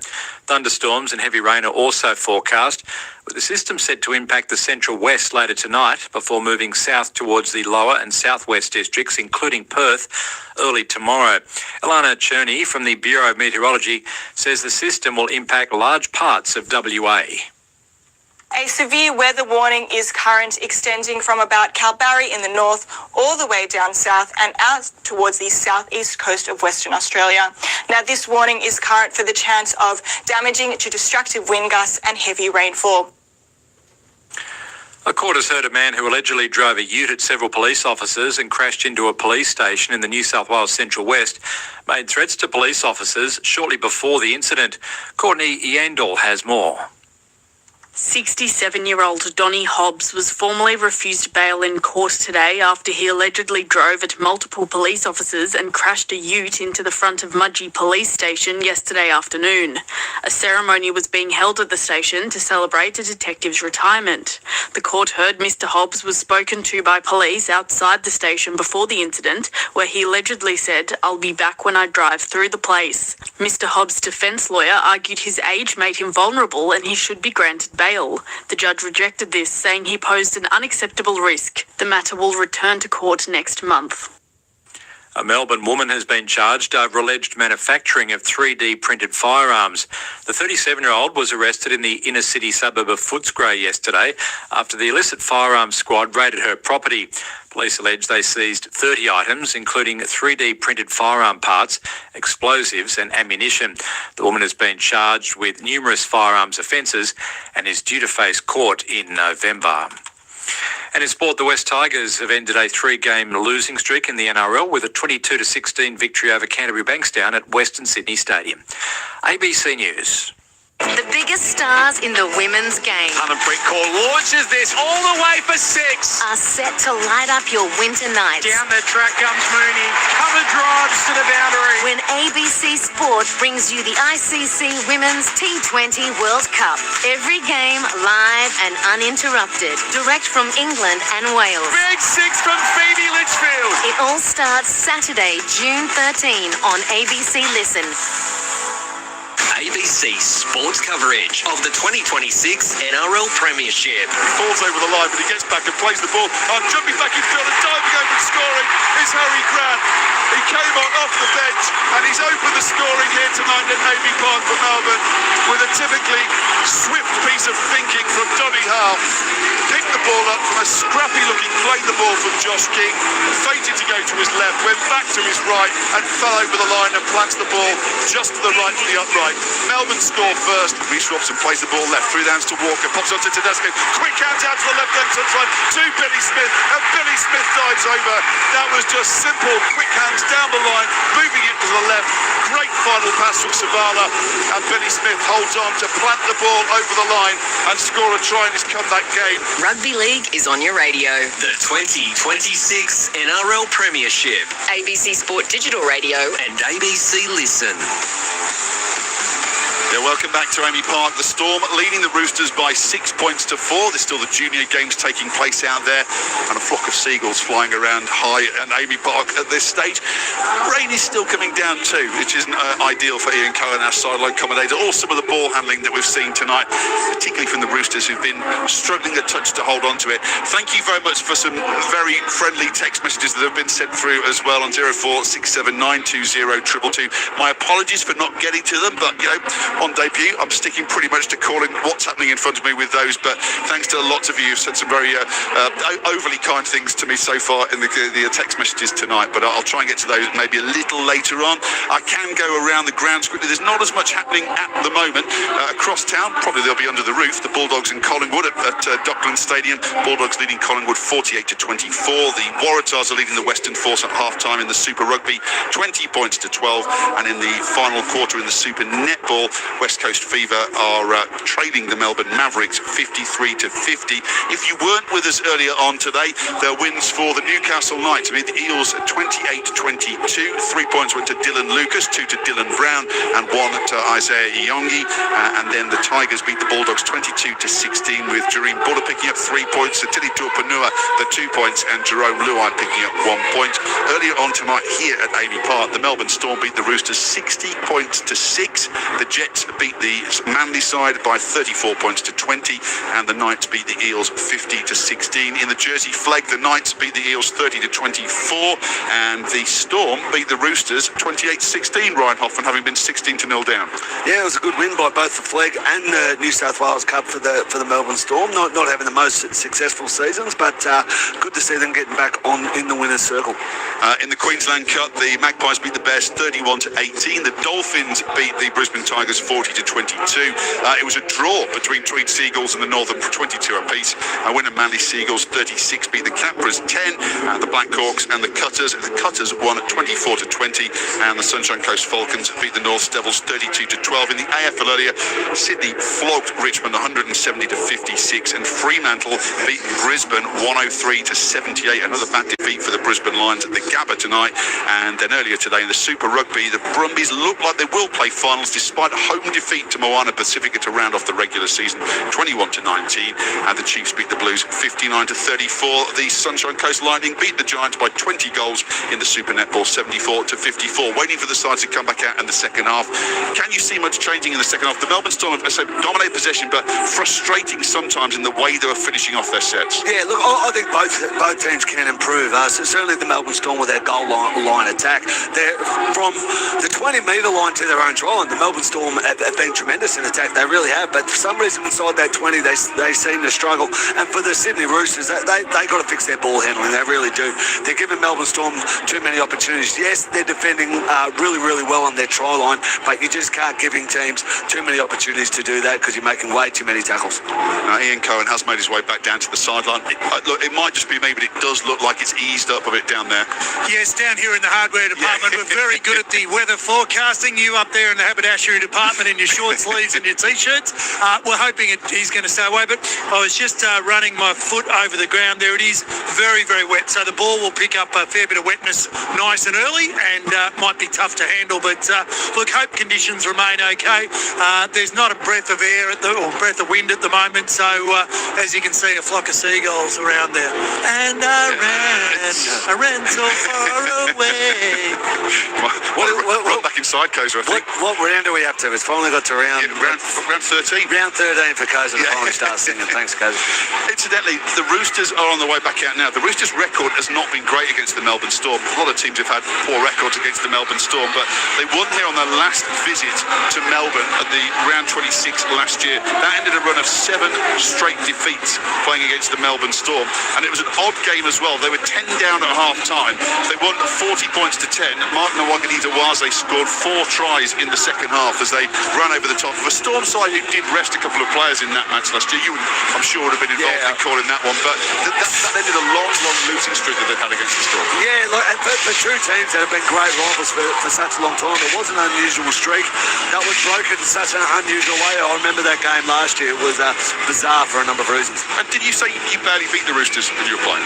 Oh, no, I beat the Roosters. Just checking. Sorry. You said that earlier. No, the Roosters had a couple of good years, but they were a bit lean during my playing era. But certainly at the latter ends, obviously 2018, beating the Storm in the grand final my last year, they really started to come good under their Trent Robinson reign. And actually, that is the only grand final that the Storm and the Roosters have contested for two sides with so much success. Plenty of prelims. There you go. Always needed there just that one final at 21-6 grand final in 2018. It is the Melbourne Storm who will be receiving the kick-off. James Tedesco about to punt the ball downfield, and they're still trying to get all the kids off the field at half-time and then back down the tunnel. So just waiting for the ball to leave. And then the whistle blows and they will restart here. The kick from Tedesco. Munster takes it, pops it away to Josh King, comes off the try line on the left-hand side of the field, and some Roosters players trying to drive him back over the 10-metre line. He goes to ground just outside the 10. 6-4 the Melbourne Storm lead. NRL Saturday on ABC Sport as the Roosters players again, they muscle up in defence in the early part of the tackle count. Still on that 10-metre line, thrown back in field, and McDonald has a carry now, gets it up to the 20-metre line, but again 3 Roosters players in there to bring him down, popping up and playing the ball away to the right, taking it forward is Lasati. They're trying to drive him out towards the right-hand touchline. He goes to ground, 5 in from touch. Harry Grant, scorer of the first try of the match, the Storm try, at dummy half, pops it infield, not making an awful lot of progress downfield on this set here. It's on the 5th tackle. Grant goes right, Hughes with the kick downfield. He's caught late, is he there, by Lindsay Collins. James Tedesco catches the ball in the 20-metre line, pops it on to Billy Smith, and he takes the ball into the line. They'll try and drive him back here as they try and start this set 25 metres out from the line. No repercussions from that there from Lindsay Collins. He did just hold on to Jerome Hughes, but these days you're never quite sure what they're going to penalise. High ball down in centre field. Ball played into Cody Ramsey. Reece Robson at dummy half. Pops the ball away now to Siwa Wong. 10 shy of halfway. 15 in from touch on the right-hand side. Roosters trailing by 2. Popped into centre field to Egan Butcher. He has his ankles wrapped up, brought to ground. Just short of halfway, 4 tackles gone in the set. Reece Robson goes right, and Daly Cherry Evans kicks on the 4th, bobbles its way downfield. Suafolonga eventually traps under his left foot, runs away and nearly getting away from Rob Toyer, who eventually drags into ground. 5 in from touch on the left-hand side, 10 metres out from the line, and then Jack Howarth carries the ball forward. 15 out from the Storm line as they try and power their way downfield here. In at dummy half is Harry Grant, pops it on now. Thrown on towards Moses Leo. Moses Leo is coming off the left-hand touchline. Then it's Harry Grant. He pops the ball in now to Warbrick. So the wingers having an early carry at the start of this second half. 3 tackles gone in the set. As he put the ball down, as he bounced the ball as he put it onto the ground, and I thought he looked like he had done it. He didn't pick up on it immediately. Then referee Grant Atkins, once the ball had been thrown away to the left, blows the whistle to call it for the bounced ball. I just saw the replay on the screen. So obviously players after half time cover their hands in the sticky spray, being a wet night, and he went to put the ball down and it came up with the sticky spray and then dropped. Maybe a bit less sticky spray on your hands next time, Wilbur. He was getting a few smiles from his teammates and pats on the back, which is not necessarily what you get when you turn the ball over midway through the half. I don't think he was getting it from the coach's box next to us, that's for sure. No. Melbourne Storm have not been great in the second half through the course of this season, as 6 tackles again, a ruck infringement early on in the tackle set from the Roosters. They trail 6-4. Reece Robson in at dummy half, pops the ball away to his left towards Focchetti, takes on the line. Harry Grant wraps him up, tries to throw him to the ground, and it's a penalty here again. Running through the line, and it looks like it was Butcher on this occasion, ran straight to Lasati, knocked him onto his backside, and that's an easy penalty for referee Grant Atkins to give. Yeah, I don't agree with that penalty. Like, Egan Butcher was doing a good job running hard into a hole, and Lasati stood in front of him. Like, neither player can disappear, and it didn't really affect the play at all. So, yeah, a bit of a tough call there for the Roosters. Kick taken, put over the sideline, 30 metres out from the try line. That's where the Storm start. Little tap by Wattieri. Pops the ball in field. Maneo Wattieri onto the field to play in the centres for the Storm. Nick Meaney out with a calf injury in the first half. Ball thrown off to the left towards McDonald. He cuts back in field, bounces away from Collins before he's rolled onto his back.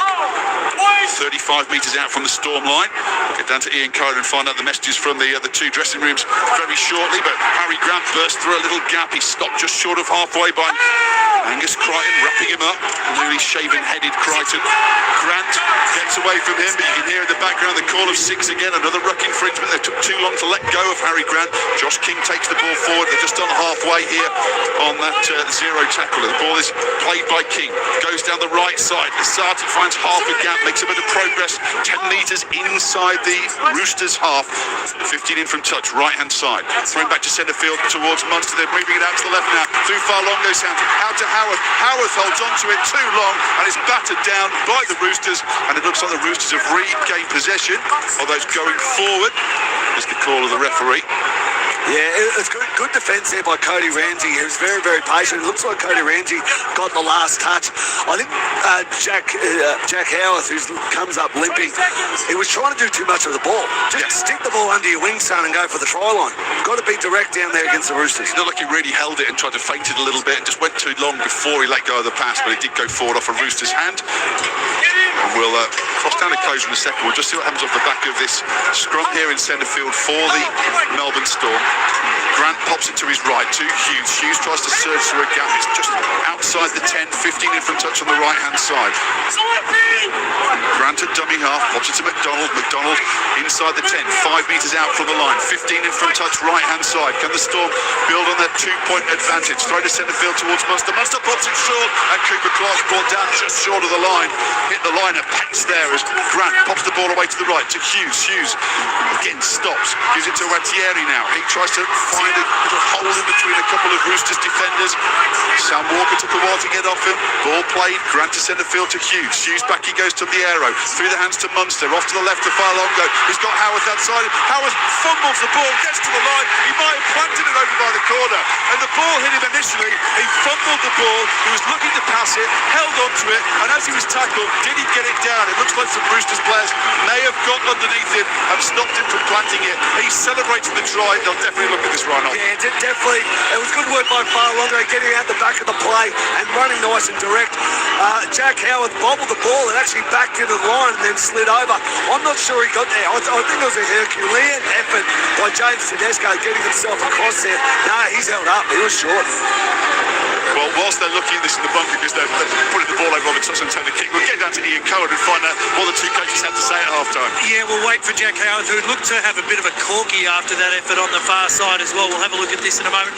The word out of Storm was just be direct. Let's go down Main Street. Let's make them really work through the corridor. That was pretty simple. And for the Roosters, time in possession, kick when you get the opportunity, put them back on the 10 and find the corners. So that was the word out of the sheds.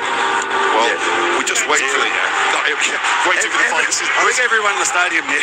But Harry Grant was, just strolling over there with the ball tucked under his arm, waiting to kick for the posts.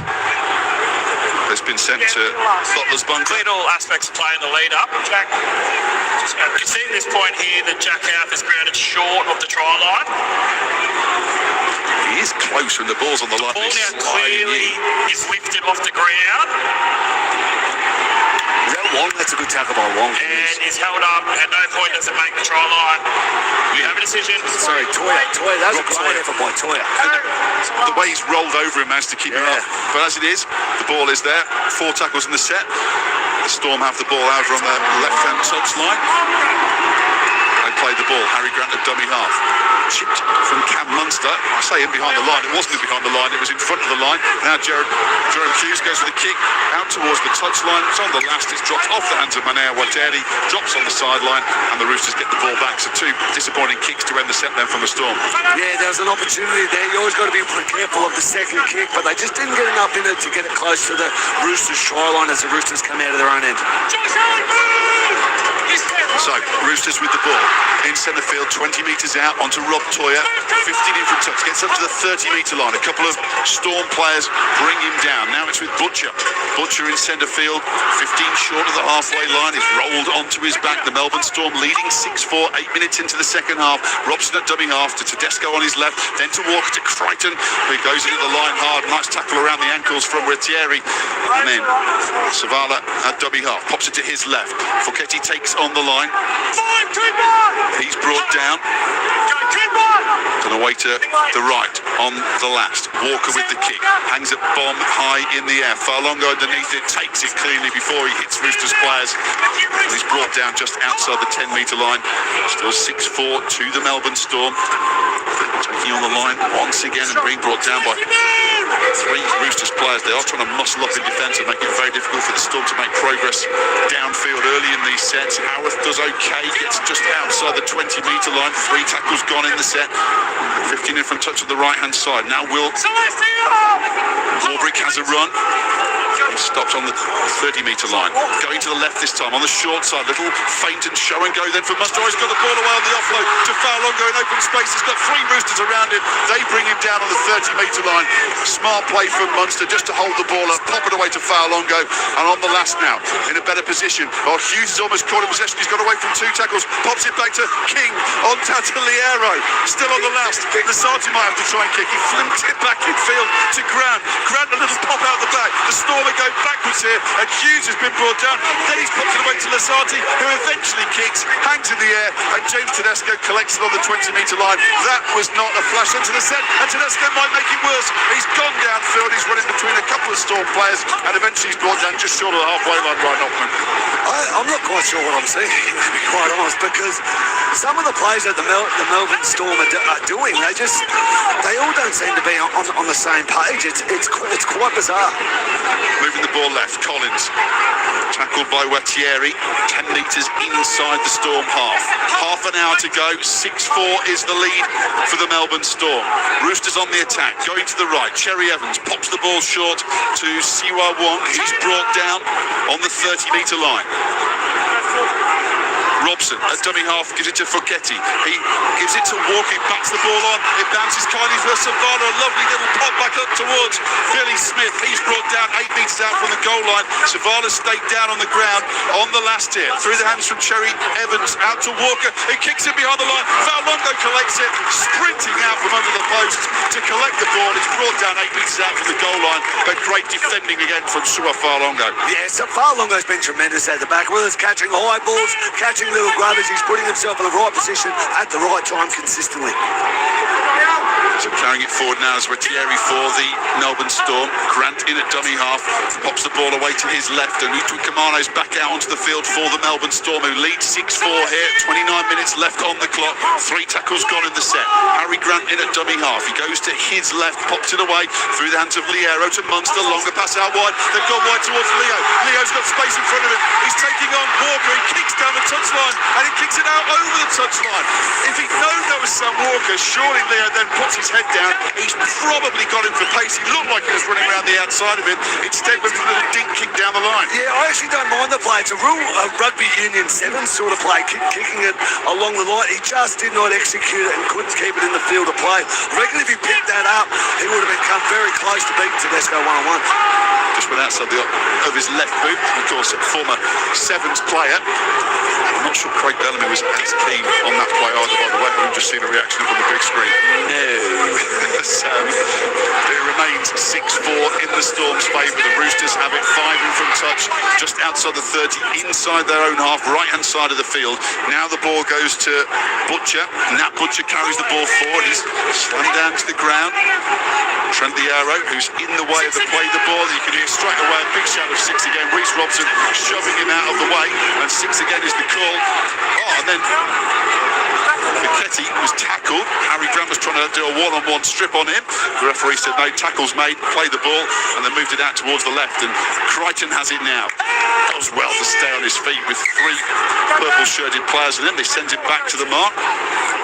Thrown to the right, towards Billy Smith, scorer of the Roosters try. The unconverted try, that means they trail 6-4.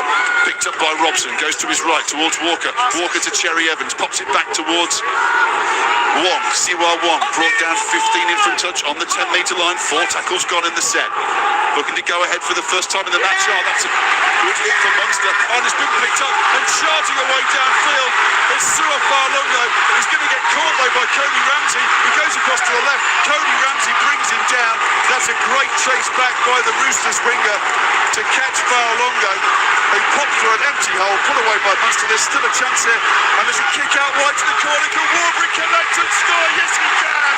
That's a beautiful finish to that move. He's been looking for him all night, Jerome Hughes, and on this occasion he found an unmarked Will Warbrick who said thank you very much, and off the back of the sharp play of Munster, the electric break from Faulongo and the great kick from Hughes, the Storm extend their lead. It's Melbourne 10, the Roosters 4. Yeah, once again it's Sua Faulongo. He's going to run for 12,000 metres this game if it keeps going the way it is. Cameron Munster knocked a bit of a body contact there on Sam Walker. Faulongo picks it up, runs 80 metres, tremendous chase by Cody Ramsey, and then they just got it wide. Jerome Hughes summed it up nicely. Nice little AFL little punt out to his mate Will Warbrick, who catches the ball and puts it over the try line. I just wonder, having just seen the replay, if this might be an issue here. No, well, it's already been through because they haven't played the ball. So there was an issue. So I was going to say, James Tedesco was having a very long word with referee Grant Atkins, and so it looked like the initial contact from Cam Munster on Sam Walker, whether he went in with his shoulder or whether he reacted with his arm. It was shoulder charging, if that makes sense. But because Faulongo got tackled, the play continued. If Faulongo would have scored, fair chance it would have gone to the video ref. And we're seeing Sam Walker again was having a conversation with the referee, so the Roosters not happy with that at all. However, as you say, it was shoulder charging, if that makes sense. I'd say there wasn't a lot of wrapping of the arm then from Cam Munster as he went into Sam Walker to knock that ball clear. Imagine if you hit him in the head. We all know that happens in Queensland, so they hit people in the head with the shoulder, don't we? Sua Faulongo is going to try and convert the try that he helped set up with his breakdown field. He kicks towards the post. He struck that really well, but he's kicked it away from the near side post, so he misses. The score remains 10-4. And that was a bit of electric play down in front of you. We mentioned the first half, Koza. You hadn't seen a lot of action down at your end of the field. No, well, plenty there, which was absolutely magnificent. And Jerome Hughes just landed it right on the dime for Will Warbrick. It was a great kick, and you could see Will Warbrick steaming down my side of the field. He had his hand in the air. He was screaming to get the ball over this side. But Suafalonga, he can't decide if he's got the headgear on or off. He started with the headgear on. Now he's got it off, but he is electrifying the number one, and great to see him being a part of that action. Sam Walker certainly is still chatting to the referee. He's still pleading his case, but he certainly made the referee take note of that contact with Munster. Kick-off taken. Munster pops it away to Utrikamano. He's well wrapped up by 3-4 Roosters players, 15 metres out, and Suafalonga is now questioning Grant Atkins about whether it may have been lifted past the horizontal. I've got to say, that's a very interesting case of saying about the headgear for Farlong, because as soon as he bursts away, thinking, oh, he's not got the headgear on anymore. It's clearly him the way he runs. I've never seen the headgear last a full game with him. No, at some stage it's gone. The sponsor must be only paying him for half a game. Ball popped away to the right by the Melbourne Storm. The arrow takes it forward towards the 40-metre line. Melbourne leading 10-4. It's an error in the play of the ball by Liero. He's dropped the cold there. Harry Grant has gone to talk to the referee. There's the Roosters feed here, and again having the conversation and deciding not to use. Well, remember after the Melbourne Storm scored their first try in the first half, the Roosters were very, very quick in their response in getting a try themselves. So alarm bells for the Melbourne Storm. Here's Roosters on the attack. And just watching that replay again, definitely right to not to challenge him. He's just lost cold by Trent Liero. Ball moves away to the right from the Roosters. It's with Rob Toyer 30 metres out from the goal line. Can they hit back quickly? They trail 10-4 the Roosters. Ruck infringement, 6 more tackles here for the Roosters. Carried forward by Siwa Wong. He's trying to get up and play the ball quickly. Reece Robson at dummy half. He goes to the right towards Collins. Lindsay Collins carries it forward. 18 metres out from the goal line, 15 in from touch, right-hand side of the field. Robson goes to the left, though, to Walker. Walker back to Cherry Evans. Cherry Evans pops it out the back to Tedesco. There's a man over on the left. Billy Smith takes on the line, throws it back in field towards Savala. Savala tries to take on the line, and eventually he's wrapped up. It's over the third tackle. That was desperation play almost by the Roosters, then keeping it alive and seeing a chance to get over here and take the Storm back. He's back in the centre field with Focchetti, 12 metres out from the goal line. Celeste Focchetti plays the ball. Robson picks it up at dummy half and goes left to Tedesco. Tedesco kicks in behind the line. It's bouncing down towards the dead ball line, and it goes too long. And Angus Crichton's desperate lunge to try and get a hand on the ball came to nothing in the end. And it is a 20-metre restart now for the Melbourne Storm. Yeah, the Roosters test them out again. They scored their first try through Savala and Billy Smith down this left-hand edge. Didn't get the same result this time. There was a great one-on-one tackle on Billy Smith from Will Warbrick, which managed to keep the Roosters out. And then Tedesco, I think he'd like that one again.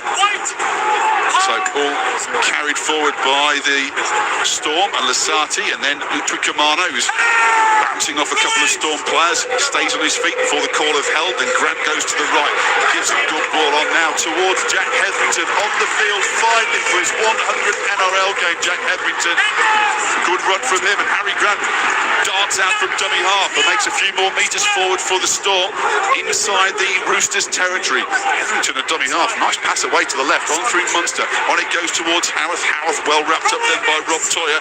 4 tackles gone in the set, 5 in from touch, left-hand touchline, 35 out, 10-4 the score to the Storm. Howarth racing back in field, he's wrapped up in a tackle on the last now for the Melbourne Storm. In fact, it was Leo with a run back in field. Now it's with Hughes, and again Hughes kicking to that left corner, one for Warby to potentially go off. It comes straight forward off the head of Billy Smith and goes forward. It looked like he hit his head mostly. It definitely came off his hand as well. He's lost it forward, but an attacking offside. I said actually offside for the Roosters. It came off the board and there's an attacking offside. I was thinking, Focchetti was in front, and actually where he was, because the ball came in a long way. They've got the penalty here, the Storm. I think they're definitely going to take the 2 to put them 8 points ahead. Issue for Lasati here with the right ankle. The walking wounded dotted around you. Actually, Will Warbrick looks like he's getting some treatment just to your left as well, Koza. Yeah, he is. He's happy at the moment, but I think it's his eye. He's actually, his right eye is appearing to be partially closed. Will Warbrick and Lasardi, it's the right ankle. Melbourne Storm have already lost Nick Meany tonight. He went off with a calf injury in the first half.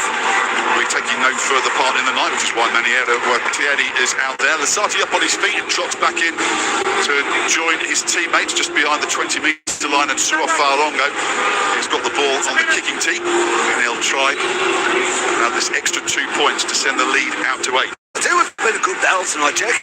Up against Rob Toyer. Yeah. They've been going at each other all night. Rob Toyer's defence on him has been tremendous, but Jack Howes keeps coming. So, Suo Fa'alongo has the ball on the kicking tee about 12 metres out, 15 in from touch on the right. Push the lead out to 8. Yes, he can. No mistake whatsoever.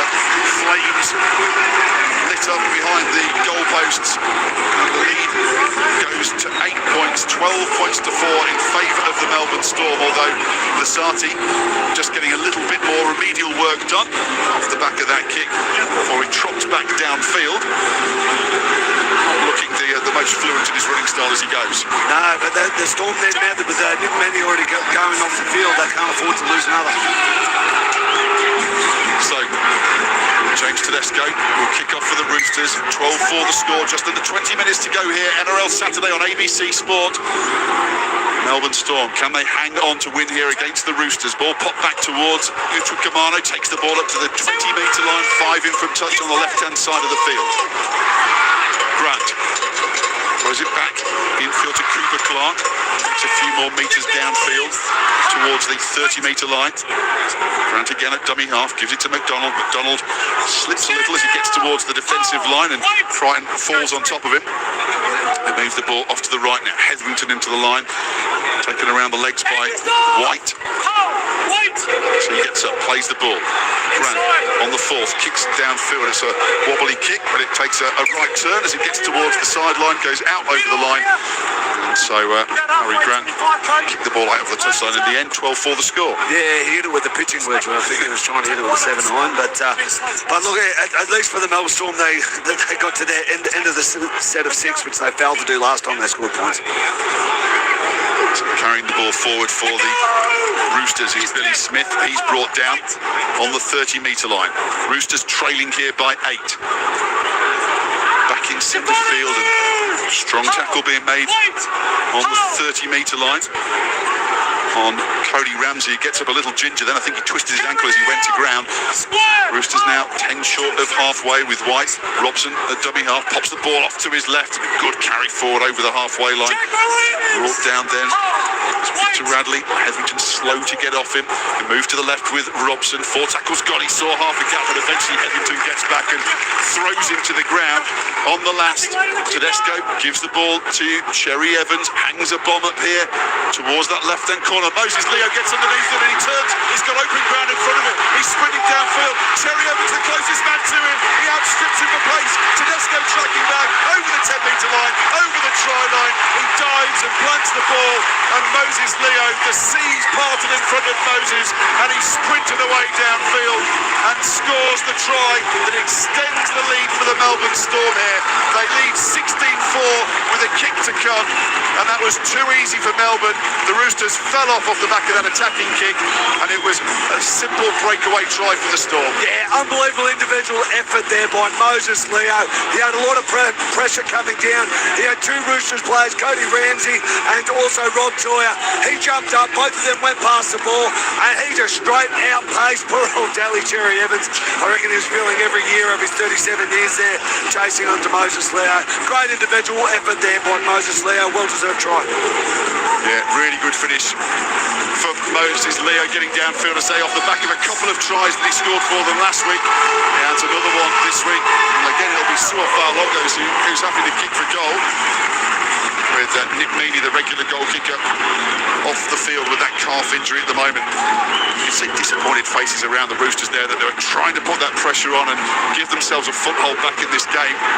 It was just too easy in the end for Melbourne. Yeah, look, the Roosters have put in a lot of effort tonight. They haven't got a lot of reward for it, but it just makes you think at the back end of these last 20 minutes, is all that pressure that the Melbourne Storm put on them and all those extra tackles they had to make inside their own end, are we seeing the result of that now with the Roosters starting to run out a bit of gas? So Fowler with the kick, he's got it on the kicking tee about 3 or 4 metres in from the left-hand touch line, 24 metres out from the line. He struck the ball pretty nicely on the goal that he's had so far. One of them was wide of the uprights, 1 from 2 so far for Cyril Fa'alongo.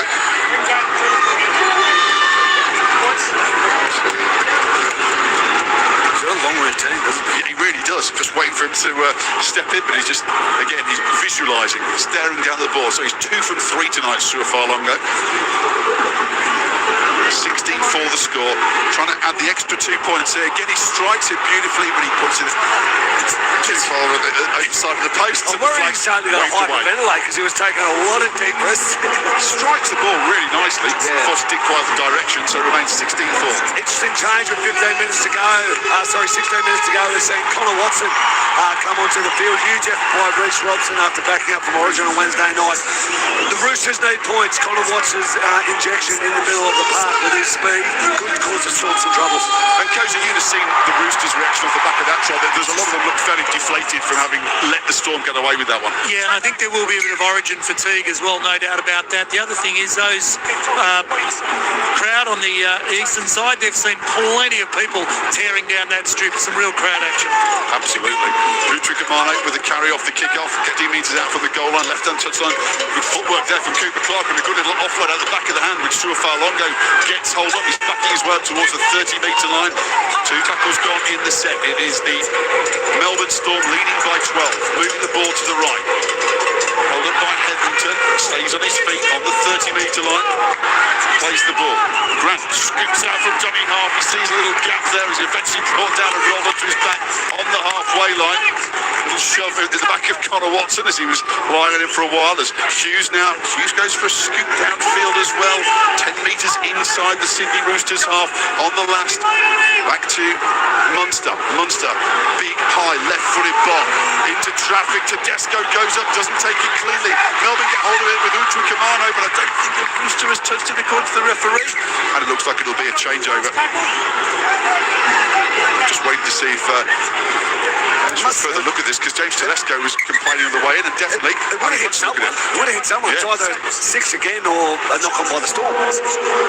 So Melbourne Storm are challenging this. Just a contest. They think it's a knock on off James Tedesco, is what Harry Grant was saying. Yeah, well, it definitely hit someone. So it's either a knock on or 6 again. So watching this again on the screens, Tedesco goes up. Looks like it might have his fingers in his... Warbrick though, so get some perspective there. Maybe it was Will Warbrick's hand just in front of Tedesco. Yeah, I think it's come off Warbrick. Gets the hand of Will Warbrick. We just need direction the ball travels after that touch. It's hard to see if we can get right. He left on Miles and knocked it backwards from there. It was a good leap from Will Warbrick just to get up over the top of James Tedesco and get his fingertips to the ball. After the initial touch from Will Warbrick, the ball travels forward, which is a knock on. Melbourne will retain their challenge as this happens prior to the on-field reeling. Yeah, it's different to what we started with. So you keep your challenge. Play the ball there. I think it was the changeover rather than a knock-on decision. So that's it. They've kept on to the challenge in the end as James Tedesco. So the challenge was unsuccessful, but they kept the challenge because there wasn't what they were challenging. Yes. Perfect sense. Yeah, of course. 16-4, 14 minutes to go.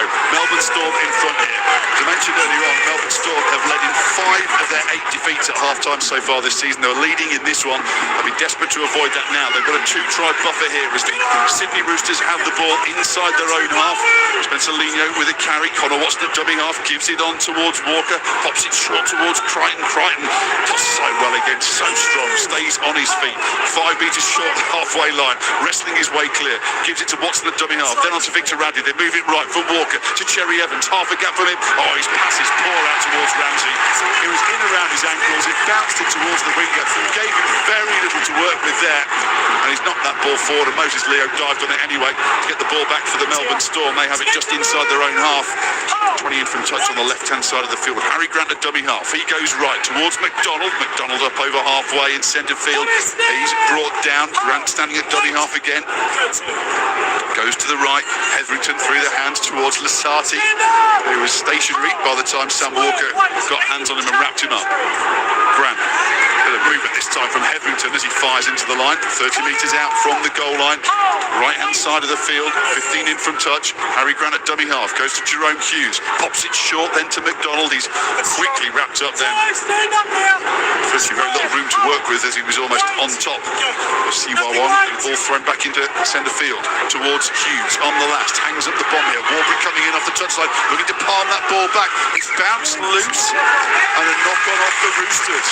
Warbrick definitely got around that and was going to push him back. And in fact, it may well have been coming in off this left-hand touchline.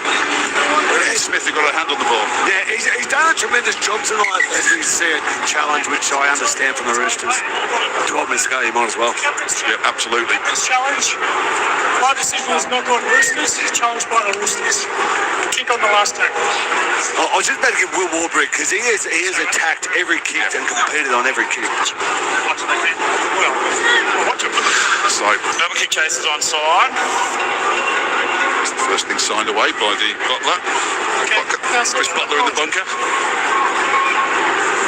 So it's a fair run to the ball. Ball touches the hand of Will Warbrick first. Again, we just need direction and whether Billy gets a touch of the ball. So I'm pretty sure that's gone back off Warbrick, but it's not the greatest angle they've showed us first up. He's pushing the ball back. The ball continues to travel forward after Will's initial touch into the arm of Billy Smith, which is a knock on.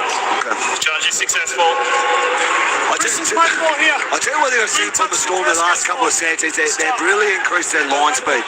So they are looking a bit fresher. There's been a couple of breaks in the second half, so their line speed has definitely improved.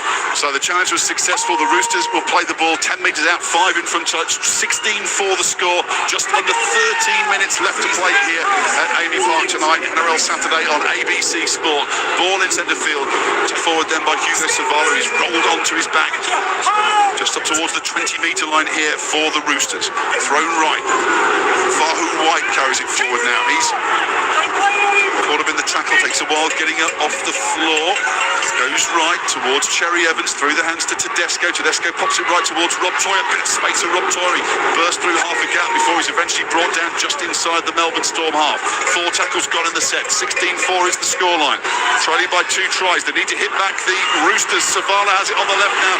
Pops it away. Gets an off-way up towards Sam Walker. In centre field, he goes back to the left now. Towards CY1, keeping the ball up. Spencer Leniu down the left-hand touchline. He's brought down now. 4 in from touch on the left-hand side of the field. Savala back to Walker on the left. A little stab kick in behind the line. Hangs it in the air. Coming through, the Roosters get hold of the ball. It's thrown out towards the right-hand touchline. Cody Ramsey for the corner. He's been barged out over the sideline. That is a terrific piece of defending. It was all open ground in front of him, and Sua Fa'alongo showed the defensive side of his game is just as good as the attacking one. Yeah, Sua Fa'alongo has been question marks about his defence throughout this season, but that is dead set play of the day. He hit Cody Ramsey with absolutely everything and hit him into row 5. That is a great effort from the young fullback. 16-4, 11 minutes to go. Great defending now by the Melbourne Storm. The referee. To play this again. No, I don't think the ball, I don't think he went out in the in goal. He went out in the field to play. Yeah. Just looking down at the screen then, saw that it come up towards the 20 rather than the 10-metre line, which is where they sent back to play the ball. Cooper Clark plays it. Harry Grant at dummy half. Pops it away to the right. So carried forward by the Melbourne Storm and Will Warbrick. On to Utwikamano. Played it to him at dummy half up towards the 20-metre line. 15 in from touch, left-hand side of the field. 12-point advantage for the Storm. Carried downfield up towards the 30-metre line. King back onto the field of play. They go right to the right. Cam Munster takes the tackle. He's wrapped up by 3 Roosters players. Angus Crichton, the last one off him. Munster plays it. Popped away to the left to foul on go from Grant at dummy half. Up towards the halfway line now on the last, just inside the Storm half. They go right. Jerome Hughes with the kick. He kicks downfield. Trying to kick it in behind Billy Smith. Billy Smith takes it cleanly into his chest and starts off a run downfield. Hit by 3 Storm players, brought down on the 20-metre line. So that's where the Roosters will start from. 10 minutes to go. They trail by 12 points, the Roosters. And Savala with a carry now up towards the 30-metre line. He's rolled onto his back. Yeah, look, the Roosters need to start chanting their arm here with 10 minutes to go. I think they need to open up the field just so they can give Savala or Rob Toya a better chance on one-on-one. They've looked quite sharp, those two. Connor Watson in at dummy half. 3 tackles gone in the set. They go right in towards Cherry Evans, racing in towards the line. They've lost the ball. Has it gone backwards from them? It's gone forward according to the referee.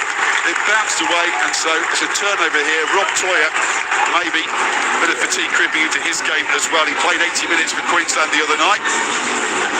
Yeah, I don't think it was a great pass by Dally Cherry Evans. He sort of went right up to the line, and Jack House was all over Rob Toya.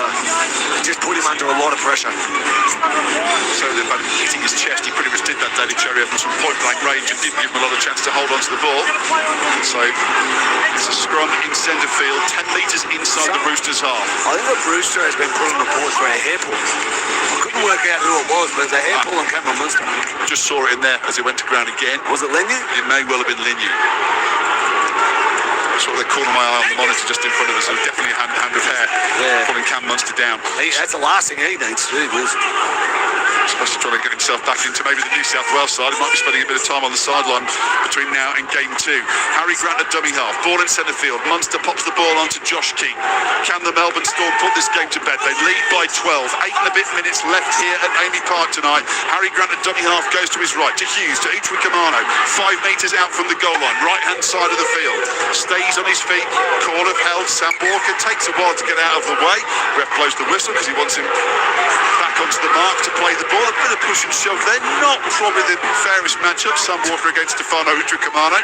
Harry Grant from dummy half fakes one way, pops it off towards the right instead towards Lasati. Is wrapped up quickly. 5 metres out from the goal line, 5 in from touch. Grant at dummy half, throws it back in field. Hughes hangs up a bomb once again. Is looking for Will Warbrick. He's stolen round in behind Sam Walker. Thrown the ball back in field. It's been picked up by Angus Crichton. The Roosters get the ball. Oh, it's been given away. It's Cooper Clark. Oh, it's been given us a pull on forward then. Thrown back in field. It deflected into the path of Cooper Clark, who grabbed hold of the ball, dived over the line and planted it. An absolute gift, but referee says the ball was knocked forward. Yeah, Munster went up and just got a fingertip to it, and Cooper Clark was a beneficiary, but yeah, Munster definitely got ahead of the ball. It's a shame because it was a hell of a celebration by Cooper Clark. It was risky play from the Roosters at that time as well. They have to do it, the Chooks. So 7.5 to go. 16-4, the Melbourne Storm lead. It's going to be a vitally important win for the Melbourne Storm. Reignite their chances of climbing towards the top 8 places, although Rob Toya might have other ideas. Step backs a couple of challenges, gets up towards the 30-metre line. Connor Watson, dummy half, plays the ball onto Walker. Popped on now to Spencer Leniu. He's looking to get an arm free for an offload, and 4 Storm players stops that from happening. He's wriggling away on the ground. Gets the ball played now. Connor Watson, dummy half, looks for a little scoot. Gets the offload to Tedesco. Back to centre field to Radley. Radley straightens up, surges over halfway, just inside the Storm half. Watson at dummy half once again. 2 tries they trail by the Sydney Roosters. They're looking to go through a gap once again with Wong on the right-hand side of the field. He gets up, plays the ball. Watson at dummy half, goes back to Walker in centre field. Walker a little short pass to Leniu. Great tackle from Harry Grant to wrap it up around the ankles, and it looks like he held on to him. They've got 6 again then from Harry Grant, maybe holding on to the ankles of Spencer Leniu. I'm not sure how much contact there was left in there. As it is, Nafahu White, 8 metres out from the goal line. Underneath the goalpost, Walker now, another ruck infringement. Fix a nicely now. Backs to the wall stuff here from the Melbourne Storm. Can they keep their lead intact? It's 16-4, 6 minutes to go.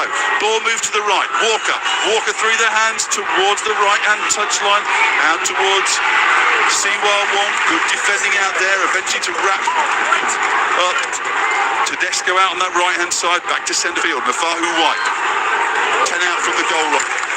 Didn't make too much progress forward, then the big prop forward, going to the right, Connor Watson to Walker, a little short pass from him to Wong, looks to get the offload away, it's thrown back to empty ground. Walker picks it up though, has to go back, goes back forward again, a little stab kick in behind the line, and that's a good stop then of the boot of Josh King, but the referee's gone back for an early infringement. Yeah, Moses Leo, I think, had hold of Billy Smith out. Well done by the referee, playing advantage, but it was definitely obstruction, holding man off the ball. Crowd of 16,268 in the house, and most of them are booing that decision, Hoffy. This could be a professional foul. Just see if they're looking at this anymore here. The referee, Grant Atkins, has just got his earpiece to his ear, waiting for some further instruction. Just a push. There was something between Victor Radley and Josh King off the ball. You walked it. Play on. The Fahu White, he's taken this first carry up here, 5 metres out from the goal line, slightly to the right of the uprights. Connor Watson at dummy half, pops the ball back towards Radley. Radley straightens towards the line. He's eventually pulled down to the turf by Utra Kamano. Two tackles got in the set for the Roosters. Cherry Evans into the line. Oh, the gap disappeared with him. He's lost the ball in the tackle, and Utra Kamano collects it. He tries to surge away downfield, and he's got an offload away here. The Storm are keeping alive. They don't need to do this.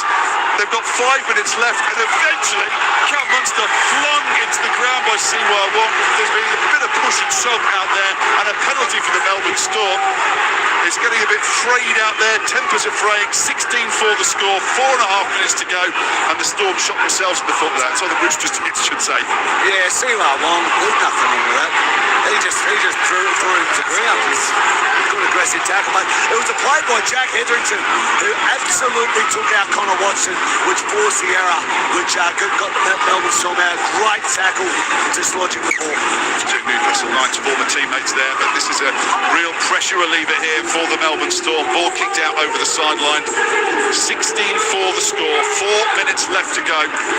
Melbourne Storm return to the winners' enclosure.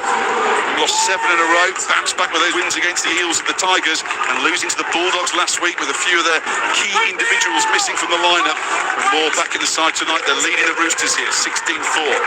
Grant goes to the left, on to Munster. Munster tries to take on the line, jinking one way then the other. Oh, he's found a gap. He's up towards Tedesco. He's gone away from him. Eventually he's wrapped up by Connor Watson. That's great play then from Cam Munster.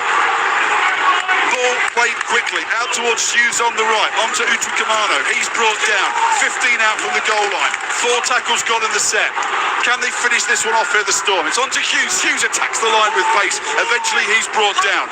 On the last here for the Melbourne Storm. Throw to Munster. Munster tries a little tap kick in behind the line, but it's comfortably dealt with and picked up very easily then by Connor Watson. And the ball returns to the Roosters here. They're running out of time though. 3 minutes to go. They've gone for the big long pass out to the right-hand touchline. It looked like Rob Toy could get away with it, but it looked like he spilt it forward, had to dive after it, just held on to possession. And now Cody Ramsey with a carry 20 metres out from the goal line. 3 minutes to go, 16-4 the scoreline. Now or never for the Roosters to keep this one alive. They're running out of time rapidly. They're still inside their own half. 4 tackles gone in the set. Watson to the right to White. White stopped just short of halfway. He's backing his way up towards the halfway line. On the last here for the Roosters. They've gone to the left, onto Walker. Walker onto Spencer Lenier. Through the hands to Tedesco. Quick pass from him. It bounces out towards Billy Smith. Cuts back inside. Holds onto the ball. Throws it away once again to Viketti. Viketti's dropped the ball and it's been picked up by Harry Grant. He'll wrap on the ball up, dive on the floor, take as much time as he possibly can. It's a good defensive set by the Melbourne Storm. Great scramble. The Roosters are trying everything, passing the ball on the last tackle, but they're just showing up in defence. And something's been lacking from the Storm from the start of the season. That bit of urgency in their scramble, it's been impressive tonight. So Melbourne Storm, 2 minutes to go. 2-try advantage, 16 for the scoreline. Sure they can chalk this one up as another win for Melbourne Storm. Farlongo in at dummy half, pops it off to his right to Josh King. He takes it forward towards halfway, wrapped up by 3 Roosters players. 8 metres in from touch on the right-hand side of the field, just short of the halfway line. Harry Grant at dummy half to Utwikamano on the halfway line. Pushes his way into contact, 5 metres inside the Roosters half. Harry Grant at dummy half in centre field. 90 seconds left to play here. Hetherington with a strong carry forward, looking to get an arm free and get an offload away here. Instead holds onto it, takes the tackle. 38 metres out. Back he goes towards Jerome Hughes. Oh, he's gone for a drop goal, which got above knee high and then bounces kindly up for James Tedesco to set off away downfield. Open play at the moment. Tedesco eventually is wrapped up. And solid defending in the end from Trent Liero to wrap up the Roosters fullback just short of the 30-metre line. Into the final minute here at AB Park. And Melbourne Storm, with this 12-point advantage, are going to hold on here and win against the Roosters, who will have back-to-back defeats now, having lost to the Cowboys up in Magic Round as well. Nafahu White looking to play the ball.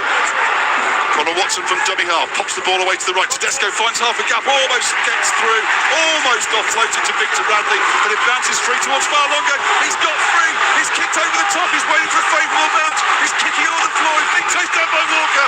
Walker's got him around the shoulders, and he's stopped him 5 short of the line. Magic stuff again from Su'a Farlongo. Gets up to play the ball, 6 more tackles, trying to burrow over from dummy half here, the Storm, just short of the line. Can they seal it in style? 10 seconds left here. Looking to get the try here. It's a penalty in favour of the Melbourne Storm. It was Will Warbrick at dummy half and sent to the bin for the final 10 seconds. So 10 seconds in the bin for Sam Walker. And he walks off the back of the field behind the dead ball line. And they'll finish with this one off here, the Melbourne Storm, by kicking 2 points. And I've got a feeling it might be Jack Hetherington if they're going to take the penalty and kick it for the post. No, Harry Grant took the ball off, Jack. Harry Grant said, no, you're not, son, and he took the ball off and gave it to Su'a. I think Harry had for and against in the mind. Yeah. But I'll tell you what, I played with a bloke who was absolutely tremendous at bringing the crowd to his feet, and Billy Slater. But I tell you what, this bloke Su'a Farlongo, he's been absolutely tremendous tonight, and he's done some amazing things. He really has. That was exceptional stuff. Then he's got the chance to finish the game with a couple of points to add to his large tally for the season. Fair to say Sam Walker's getting a bit of send-off from a few Melbourne Storm fans as he makes his way around. Well, he's quite popular in Melbourne, the Queensland halfbacks and Queensland players. Not so much tonight, though, in Sam Walker. Been a tough week for him. Having put in a big effort for the Queensland side on a losing team on that occasion. And they'll be on the losing side again tonight. So the last action of the night here at AB Park. Su'a Farlongo steps up, slaps it between the posts, the flags go up, and the whistle blows in the background. There's embraces from players out there.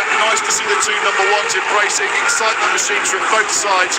James Tedesco embracing Su'a Farlongo. Whose excitement really set this match alive out there for the Melbourne Storm. But the key thing here for Melbourne is it's another 2 points, another win for them. 18 points to 4 they've won here against the Sydney Roosters, a side who have been in great form, in 3rd place at the start of the weekend, and they've managed to hold them off and notch up a really good victory here by 18 points to 4.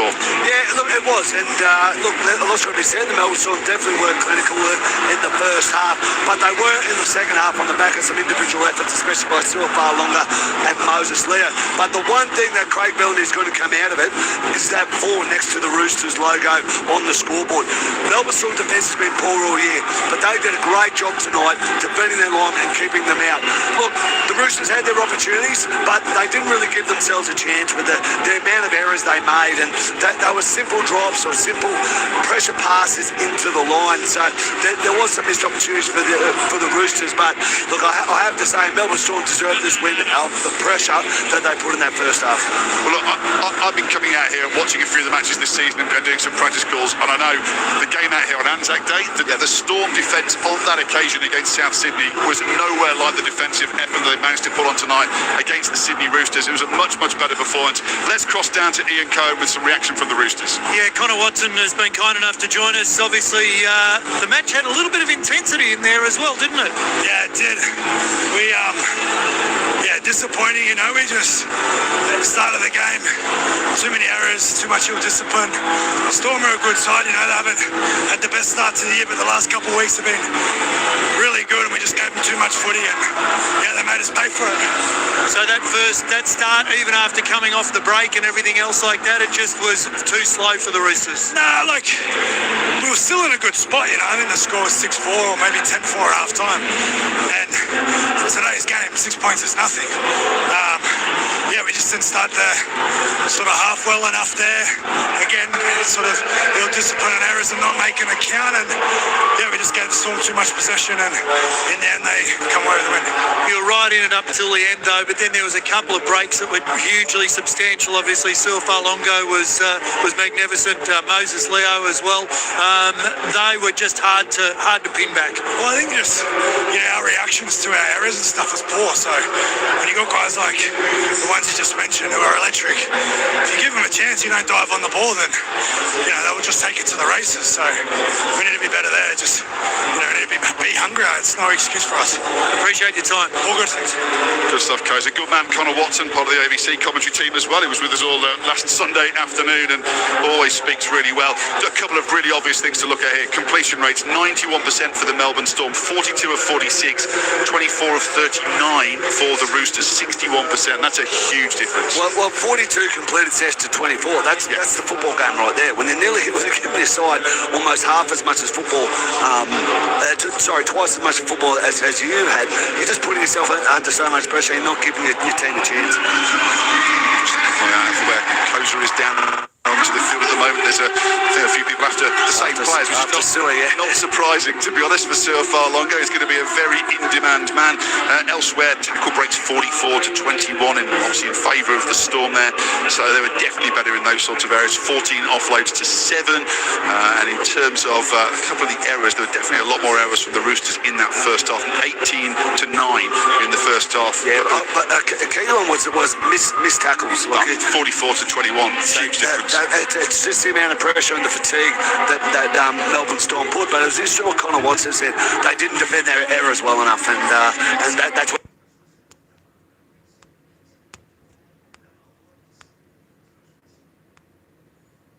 Holding up. You started on the bench, obviously, just to give yourself a bit of a break. Yeah, not too bad there, just to sort of trying to take the sting out of the game. And we know that Roosters like to start fast and aggressively, so thought it was the right thing to do. And felt like we come away with a scrappy win. But I was just saying to the boys, it's good to have a low-scoring game and just come out on top with a lot of back and forth in the game.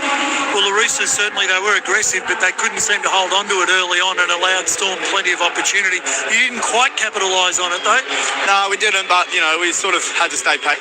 Those tackles would have mounted to something, and obviously took a bit of sting out of them in the start of the game for the back end. And like I said, it was just sort of their defence held up, and it was quite more enjoyable with that lower scoreline. Talk to us about Suafalonga and Moses Leo. I mean, they just left them in their wake. Certainly down that eastern side, the grass is still scorched, I think. Yeah, I think so. Might have to get Sue to do some speed training. He got caught a couple of times tonight, but No, they've been awesome. I think Moe, since he's come back into the team, has been phenomenal. You know, the work he's doing and, you know, the aggression he brings to his game. And, yeah, then you sort of see how much of an athlete he is, the way he sort of broke away. And, Sua's been doing it all year. So fingers crossed they can continue to do it. On the other side of the equation, Will Warbrick, he's been a bit quiet aerially, but he certainly was on show tonight. Yeah, I think you just got to keep giving him those opportunities. And, I feel like, you know, we're always going to have those times in games, but we just got to manage it and, give him every opportunity we can. And an emotional game as well. Starlight Foundation, you went out with the jersey. Yeah, for sure. And, the Starlight Foundation do a great job, and it's a cause that we hold close to our hearts here at the Storm. And fingers crossed it was a good weekend. And, for the young girls' family there, it was a nice little touch too. We'll let you hit the ice bath. Thank you. Cheers, mate. Yeah, always a great chat with Harry Grant. He doesn't look great walking over towards the side. He looks like he's played 2 games in quick succession as well, Harry Grant, and a huge impact he made, scoring the opening try of the night for the Melbourne Storm tonight. And again, it was that smart thinking that we often see from Harry Grant. And I mentioned earlier on that defeat against the Bulldogs last week, just that sort of control of the game that the likes of Harry Grant, the likes of Cam Munster out there give to the Melbourne Storm, and they're in these tight battles. It makes all the difference. Yeah, it certainly does. And I think like Trent Talao did a great job taking the sting out of the game, as Harry Grant said. That was going to be his role. He did that, but they certainly started playing a lot when Harry Grant got onto the paddock. So it was smart by Craig Bellamy to bring him on, give him a bit of rest, and give him 60 minutes of football instead of the 80 which he played on Wednesday night. Yeah, did really well to back up from that, and Trent Talao did a good start to the game for the Melbourne Storm as well, to get them off on the right foot. Incidentally, I've just been going through, just trying to check out the players put on report. 3 Roosters players on report. Well, 2. CY1 put on report twice in that second half. 1 for the hair pull, and Reece Robson was actually on report for a high shot early on in the match. So those are the 3 Roosters players that are on report. I'm just trying to check which Melbourne Storm player. There was a Melbourne Storm player apparently put on report too, so I haven't quite managed to find who that is. I'll track that down at some point and find out exactly who the player was who ended up getting put on report for them. But this is a really big win, I think, for Melbourne Storm, because the Roosters were one of the form sides of the competition. I know they come off the back of a loss against the Cowboys, but they'd won, a string of wins before that. They'd won 6 in a row before that Cowboys loss. So to play with that intensity and get a hard-fought win against the Roosters, it's the sort of thing they weren't managing to do in the early part of the season. No, certainly, but they haven't had a tough win for a while. So that's been the biggest key. A lot of the other wins have been sort of blowouts and everything like that, but they needed to get a scrappy, tough win, because sometimes you do forget how to win football games, and that was a concern there with the Storm for a while. But I think tonight they sort of put a few of those things to bed and show that they can win a scrappy football game. Yeah. Sorry, I'm just choking up about having been a tough football match here for the Melbourne Storm. So, yeah, there's still a few players milling around there. We might try and get one more interview from Ian Cohen down on the side of the field. I continue just quickly go around the grounds with what's happening elsewhere whilst we track down somebody else to chat to. 3/4 time across town, the Western Bulldogs leading Collingwood 76-58. The Western Force have beaten the New South Wales Waratahs 31-25. And in the Super Netball, the Melbourne Mavericks have had a win as well. 60-57 they've got up against the West Coast Fever. And a reminder again, if you weren't listening earlier on today, wins in the NRL for the Knights over the Eels 28-22, and the Tigers beat the Bulldogs by 22 points to 16. So those are the winners today. And then of course Melbourne Storm winning this one here by 18 points to 4. We'll go to have a wrap up of the other games before too long as well from those matches earlier on today. And also before we go off air tonight, we'll let you know what's happening overnight and tomorrow. There's a big day of football coming up tomorrow, with it being Origin round, a slightly later start to the weekend. 3 big matches coming up tomorrow, and of course Andrew Moore and the team will be on air from midday tomorrow. I'm just trying to find the 2 try scorers, Moses Leo and Suafalonga, but they escaped the Roosters and they've escaped me at the moment as well, but we'll try and get one of them before we're out. They're hiding, Koza. They're good at it. They're good at it. Coming. I was going to say, I can see Stefano Utrikamano, who I think struggles to hide anywhere. I can see Moses Leo, Koza, so your eyes are obviously painted on, mate. Walk straight. Walk straight. Yeah, just down in go front to the fence. Cooper Clark? No, go to your left. Oh, okay, got him now. You're welcome. Just down behind our TV colleagues down there. We've been chatting to a few people, and I think we can maybe get down to Ian Cohen now, who's got his man. Koza, persistent, gets Moses Leo. Absolutely. Congratulations on the win. Well done. What are your thoughts on tonight? You know, it was a gritty win. Not pretty. You know, we had a lot of position in their 20, a lot of play the balls, and you know, we just had to keep turning up. And you know, proud of the boys to just stick to our process. And even though it wasn't the prettiest win, we still got there. Talk to us about you and Sula, obviously pinning the ears back and scorching the grass down that eastern side. Take us through the process of when you get the ball and then you know they're hunting you and then you eventually get there. You know, Buzzer just says, always says that I think me and Saw before the game, if you see any space, just take it. You know, and I know I got the backing of the team, and you know, I just back myself in those situations, and you know, able to turn into some points tonight. Yeah, you got a big smile on your face when you talk about it, though. It must be nice. Yeah, no, it's real good. I'm probably smiling because I know that the first time that I got a little break, I kicked it out of their bounds. I'm probably not impressed with that one, so probably get a little passive aggressive, you know, compliment in there. So. Well, Ryan Hoffman upstairs said it was almost like a 7 move trying to keep it down that sideline. Yeah, no, I just back myself. You know, if I keep it in, I think I score there. So, you know, I won't go away from my game. I won't shy away from it. But, you know, I just got to be better there executing my skills. Really important win for Storm, though, in the context of the season as well. Yeah, really important. You know, the boys still got a lot of belief, and we believe in this group. And there's a lot of talent here. We just got to, you know, keep turning up each week and stick to our processes. Thanks for your time. Cheers. Thank you very much. Great job, Cuz. You might as well come back up now. You had a tough night down there in the rain, and it's colder night now. Obviously, we're just turning for winter. Winter kicks off on Monday here. Big job tonight, Koza. Yeah, thanks very much. It has been good, but the rain has abated, which is lovely. No, good to see. And just having a quick look as well at the ladder, which I think has just thrown that one in there too. It has Melbourne Storm now onto 10 points. They climb a little bit closer. Obviously, there's a few wins to make up on those sides in front to try and get into the top 8. Amazing stat I saw in the week, the fact that Melbourne Storm have been 8 weeks outside of the top 8 for only the 3rd time in their history. 2 of those seasons were 2001 and 2000.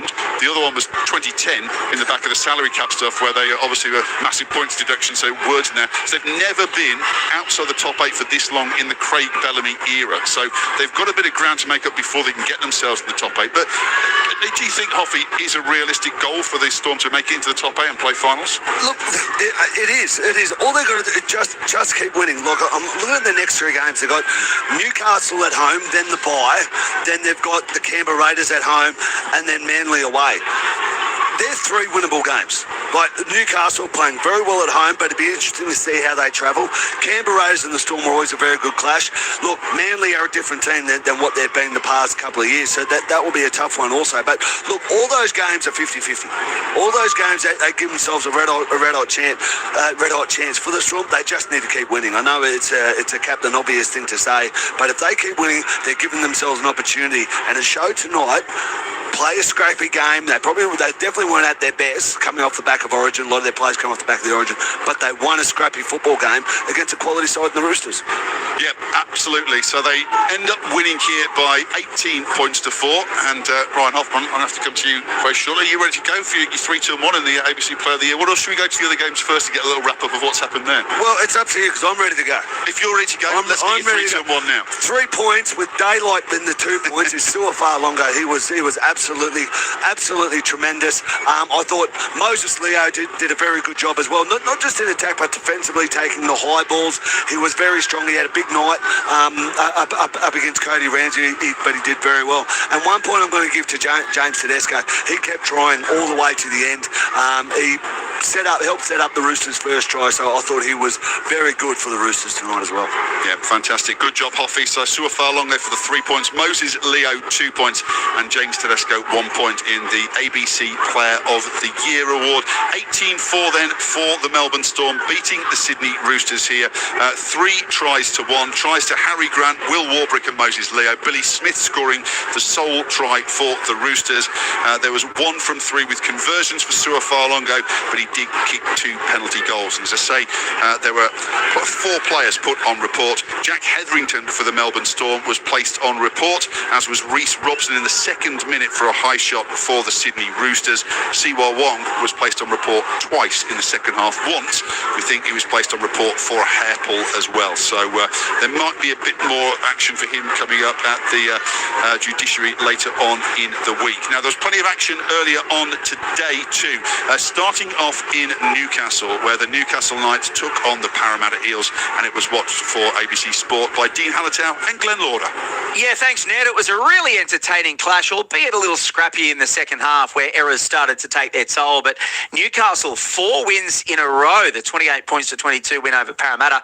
Newcastle scored in the first 2 minutes through Dylan Lucas. And when you look at the two sides coming into this game, you might have thought that Newcastle would have run away with it. But Parramatta got into the arm wrestle and did quite well in that first half. But Dean Hallertau, who was watching it alongside me, maybe just in that second half, Newcastle got the better of the arm wrestle, and Parramatta's fatigue might have started to creep in a little more than Newcastle's did. Yeah, it certainly did. I think, the process for Newcastle wasn't too bad in the first half. They were going through their sets nicely, and they were getting into their kicks, and they were doing what you'd expect them to do, and it looked like they had a fair game plan. The start of the second half was really loose, but I think the work that they did in the first half set them up to finish strongly. Parramatta, to their credit, they didn't go away. They played really tough, and it's been a bit of a theme for the last month for them. Even though they haven't been in some games on the scoreboard at all, they've definitely turned up with a good attitude, and players that are stepping up to fill in for injuries are trying their best. So there's some good signs there for the Eels, just not enough polish or class at the moment to get the job done. The Newcastle Knights, I think they could have probably put their foot on the throat a little bit more in the second half, eliminate some of those errors, and it would have been, maybe a bigger margin. But to get the win at home again is continuing a good year for them. Justin Holbrook would have been really pleased with, even though there was adversity, the way that Sandon Smith had to go off with a calf injury. Coaches quite often look at depth charts and work out what positions they've got covered in their 30-man roster. And the way that Newcastle recovered, obviously, Fletcher Sharp, who was playing at left centre in a position that he's fairly unfamiliar with, much more of a half, he was able to slot straight back into the halves. Fletcher Hunt, who is traditionally a centre, was able to come straight onto the park. And Newcastle didn't really miss a trick. They looked really sharp down that left-hand side. Yeah, well, they've got guys that have had, experience this year filling in or stepping up for other players when they've been injured that are actually really high quality. So, the guy you mentioned, Fletcher Hunt, he's been great this year for them, mostly playing in the centres, obviously, and doing a great job. Fletcher Sharp, we've seen him play fullback, we've seen him play 5'8", and then he's had his stint the last couple of weeks in the centre. So it's a good luxury for Justin to be able to have a player go off the field at any stage, and then the reorganisation has guys that have played well in those spots. So that's a benefit for the Newcastle Knights at the moment, and it's any wonder why they've had a bit of success this year. And the inclusion of those guys that have come back from injury, that the really key players, has probably been just the sort of icing that they need to close out games and to have some consecutive wins. Yeah, 4 of their 5 tries came straight down the left edge, and then their left edge back rower was involved in the 5th try when Harrison Graham went straight through the middle. Parramatta, obviously, no Mitchell Moses with that hamstring injury that left him out of Origin 1. They're hopeful of having him back for that holiday long weekend Monday clash against the Bulldogs. How big of a loss was he tonight? I thought Ronald Volkman and Joash Papali looked okay, particularly in the first half, but maybe just lost their way a bit. Yeah, I like Volkman. He's got a good kicking game. He's got a really good running game. He's a little bit deceptive in that he's quite compact and low built, but he's strong. And once he gets into contact, he pushes through. Plays the kind of tempo play that we see from a lot of young halves coming through in the game at the moment. Someone like Isaiah Katoa plays really, really good tempo. Volkman's got sort of glimpses of that in his game. So, yeah, they definitely had a decent go together as a partnership. But Mitch Moses is just that really classy extra level half that's played. Obviously, he was the number 6 pick for New South Wales, so he's a premium half, and you want him on the field. But in saying that, those guys did a good job, and I thought Isaiah Young at the back. He's got that really subtle skill, really great feet, willing to take on contact, and he can really burst the game open as well. Dylan Lucas scored a double. Greg Marju, Harrison Graham, and Fletcher Hunt all scored tries for Newcastle. Kalen Ponga ended with 4 from 5 off the boot. Parramatta Parramatta's tries came to Brian Kelly, Dylan Walker, Jordan Samrani and Isaiah Ayongi. Joash Papali ended up with 3 from 3. Ronald Volkman, none from 1. And one player on report, Tyson Frizzell, for a high shot for the Newcastle Knights. It has finished 28 points to 22 in Newcastle. Dino, who got your ABC Player of the Year point? Yeah, I went Isaiah Ayongi for 1 point. To the reasons I mentioned before, I thought he was a constant threat at the back. He was really safe for most part. For the Eels, for 2 points, I went Dylan Brown. I thought mostly built off his defence. He had a pretty solid game in the halves. He didn't overplay his hand, but defensively he came up with some great shots, and I love seeing a half that can put their shoulder in and take on an opposition second rower. And then for 3 points, I went Dylan Lucas. I thought he was outstanding on the left edge. Burst through in the clear, twice got 2 tries, and he plays so tough. He catches the ball in the line under contact, and a lot of people would drop those passes under pressure, but bounces up, plays the ball quickly, and he's really sound defensively. It really shores up that left edge. So Newcastle's 4th straight win, Ned, 28 points to 22 over Parramatta in front of 23,001 here at Hunter Stadium.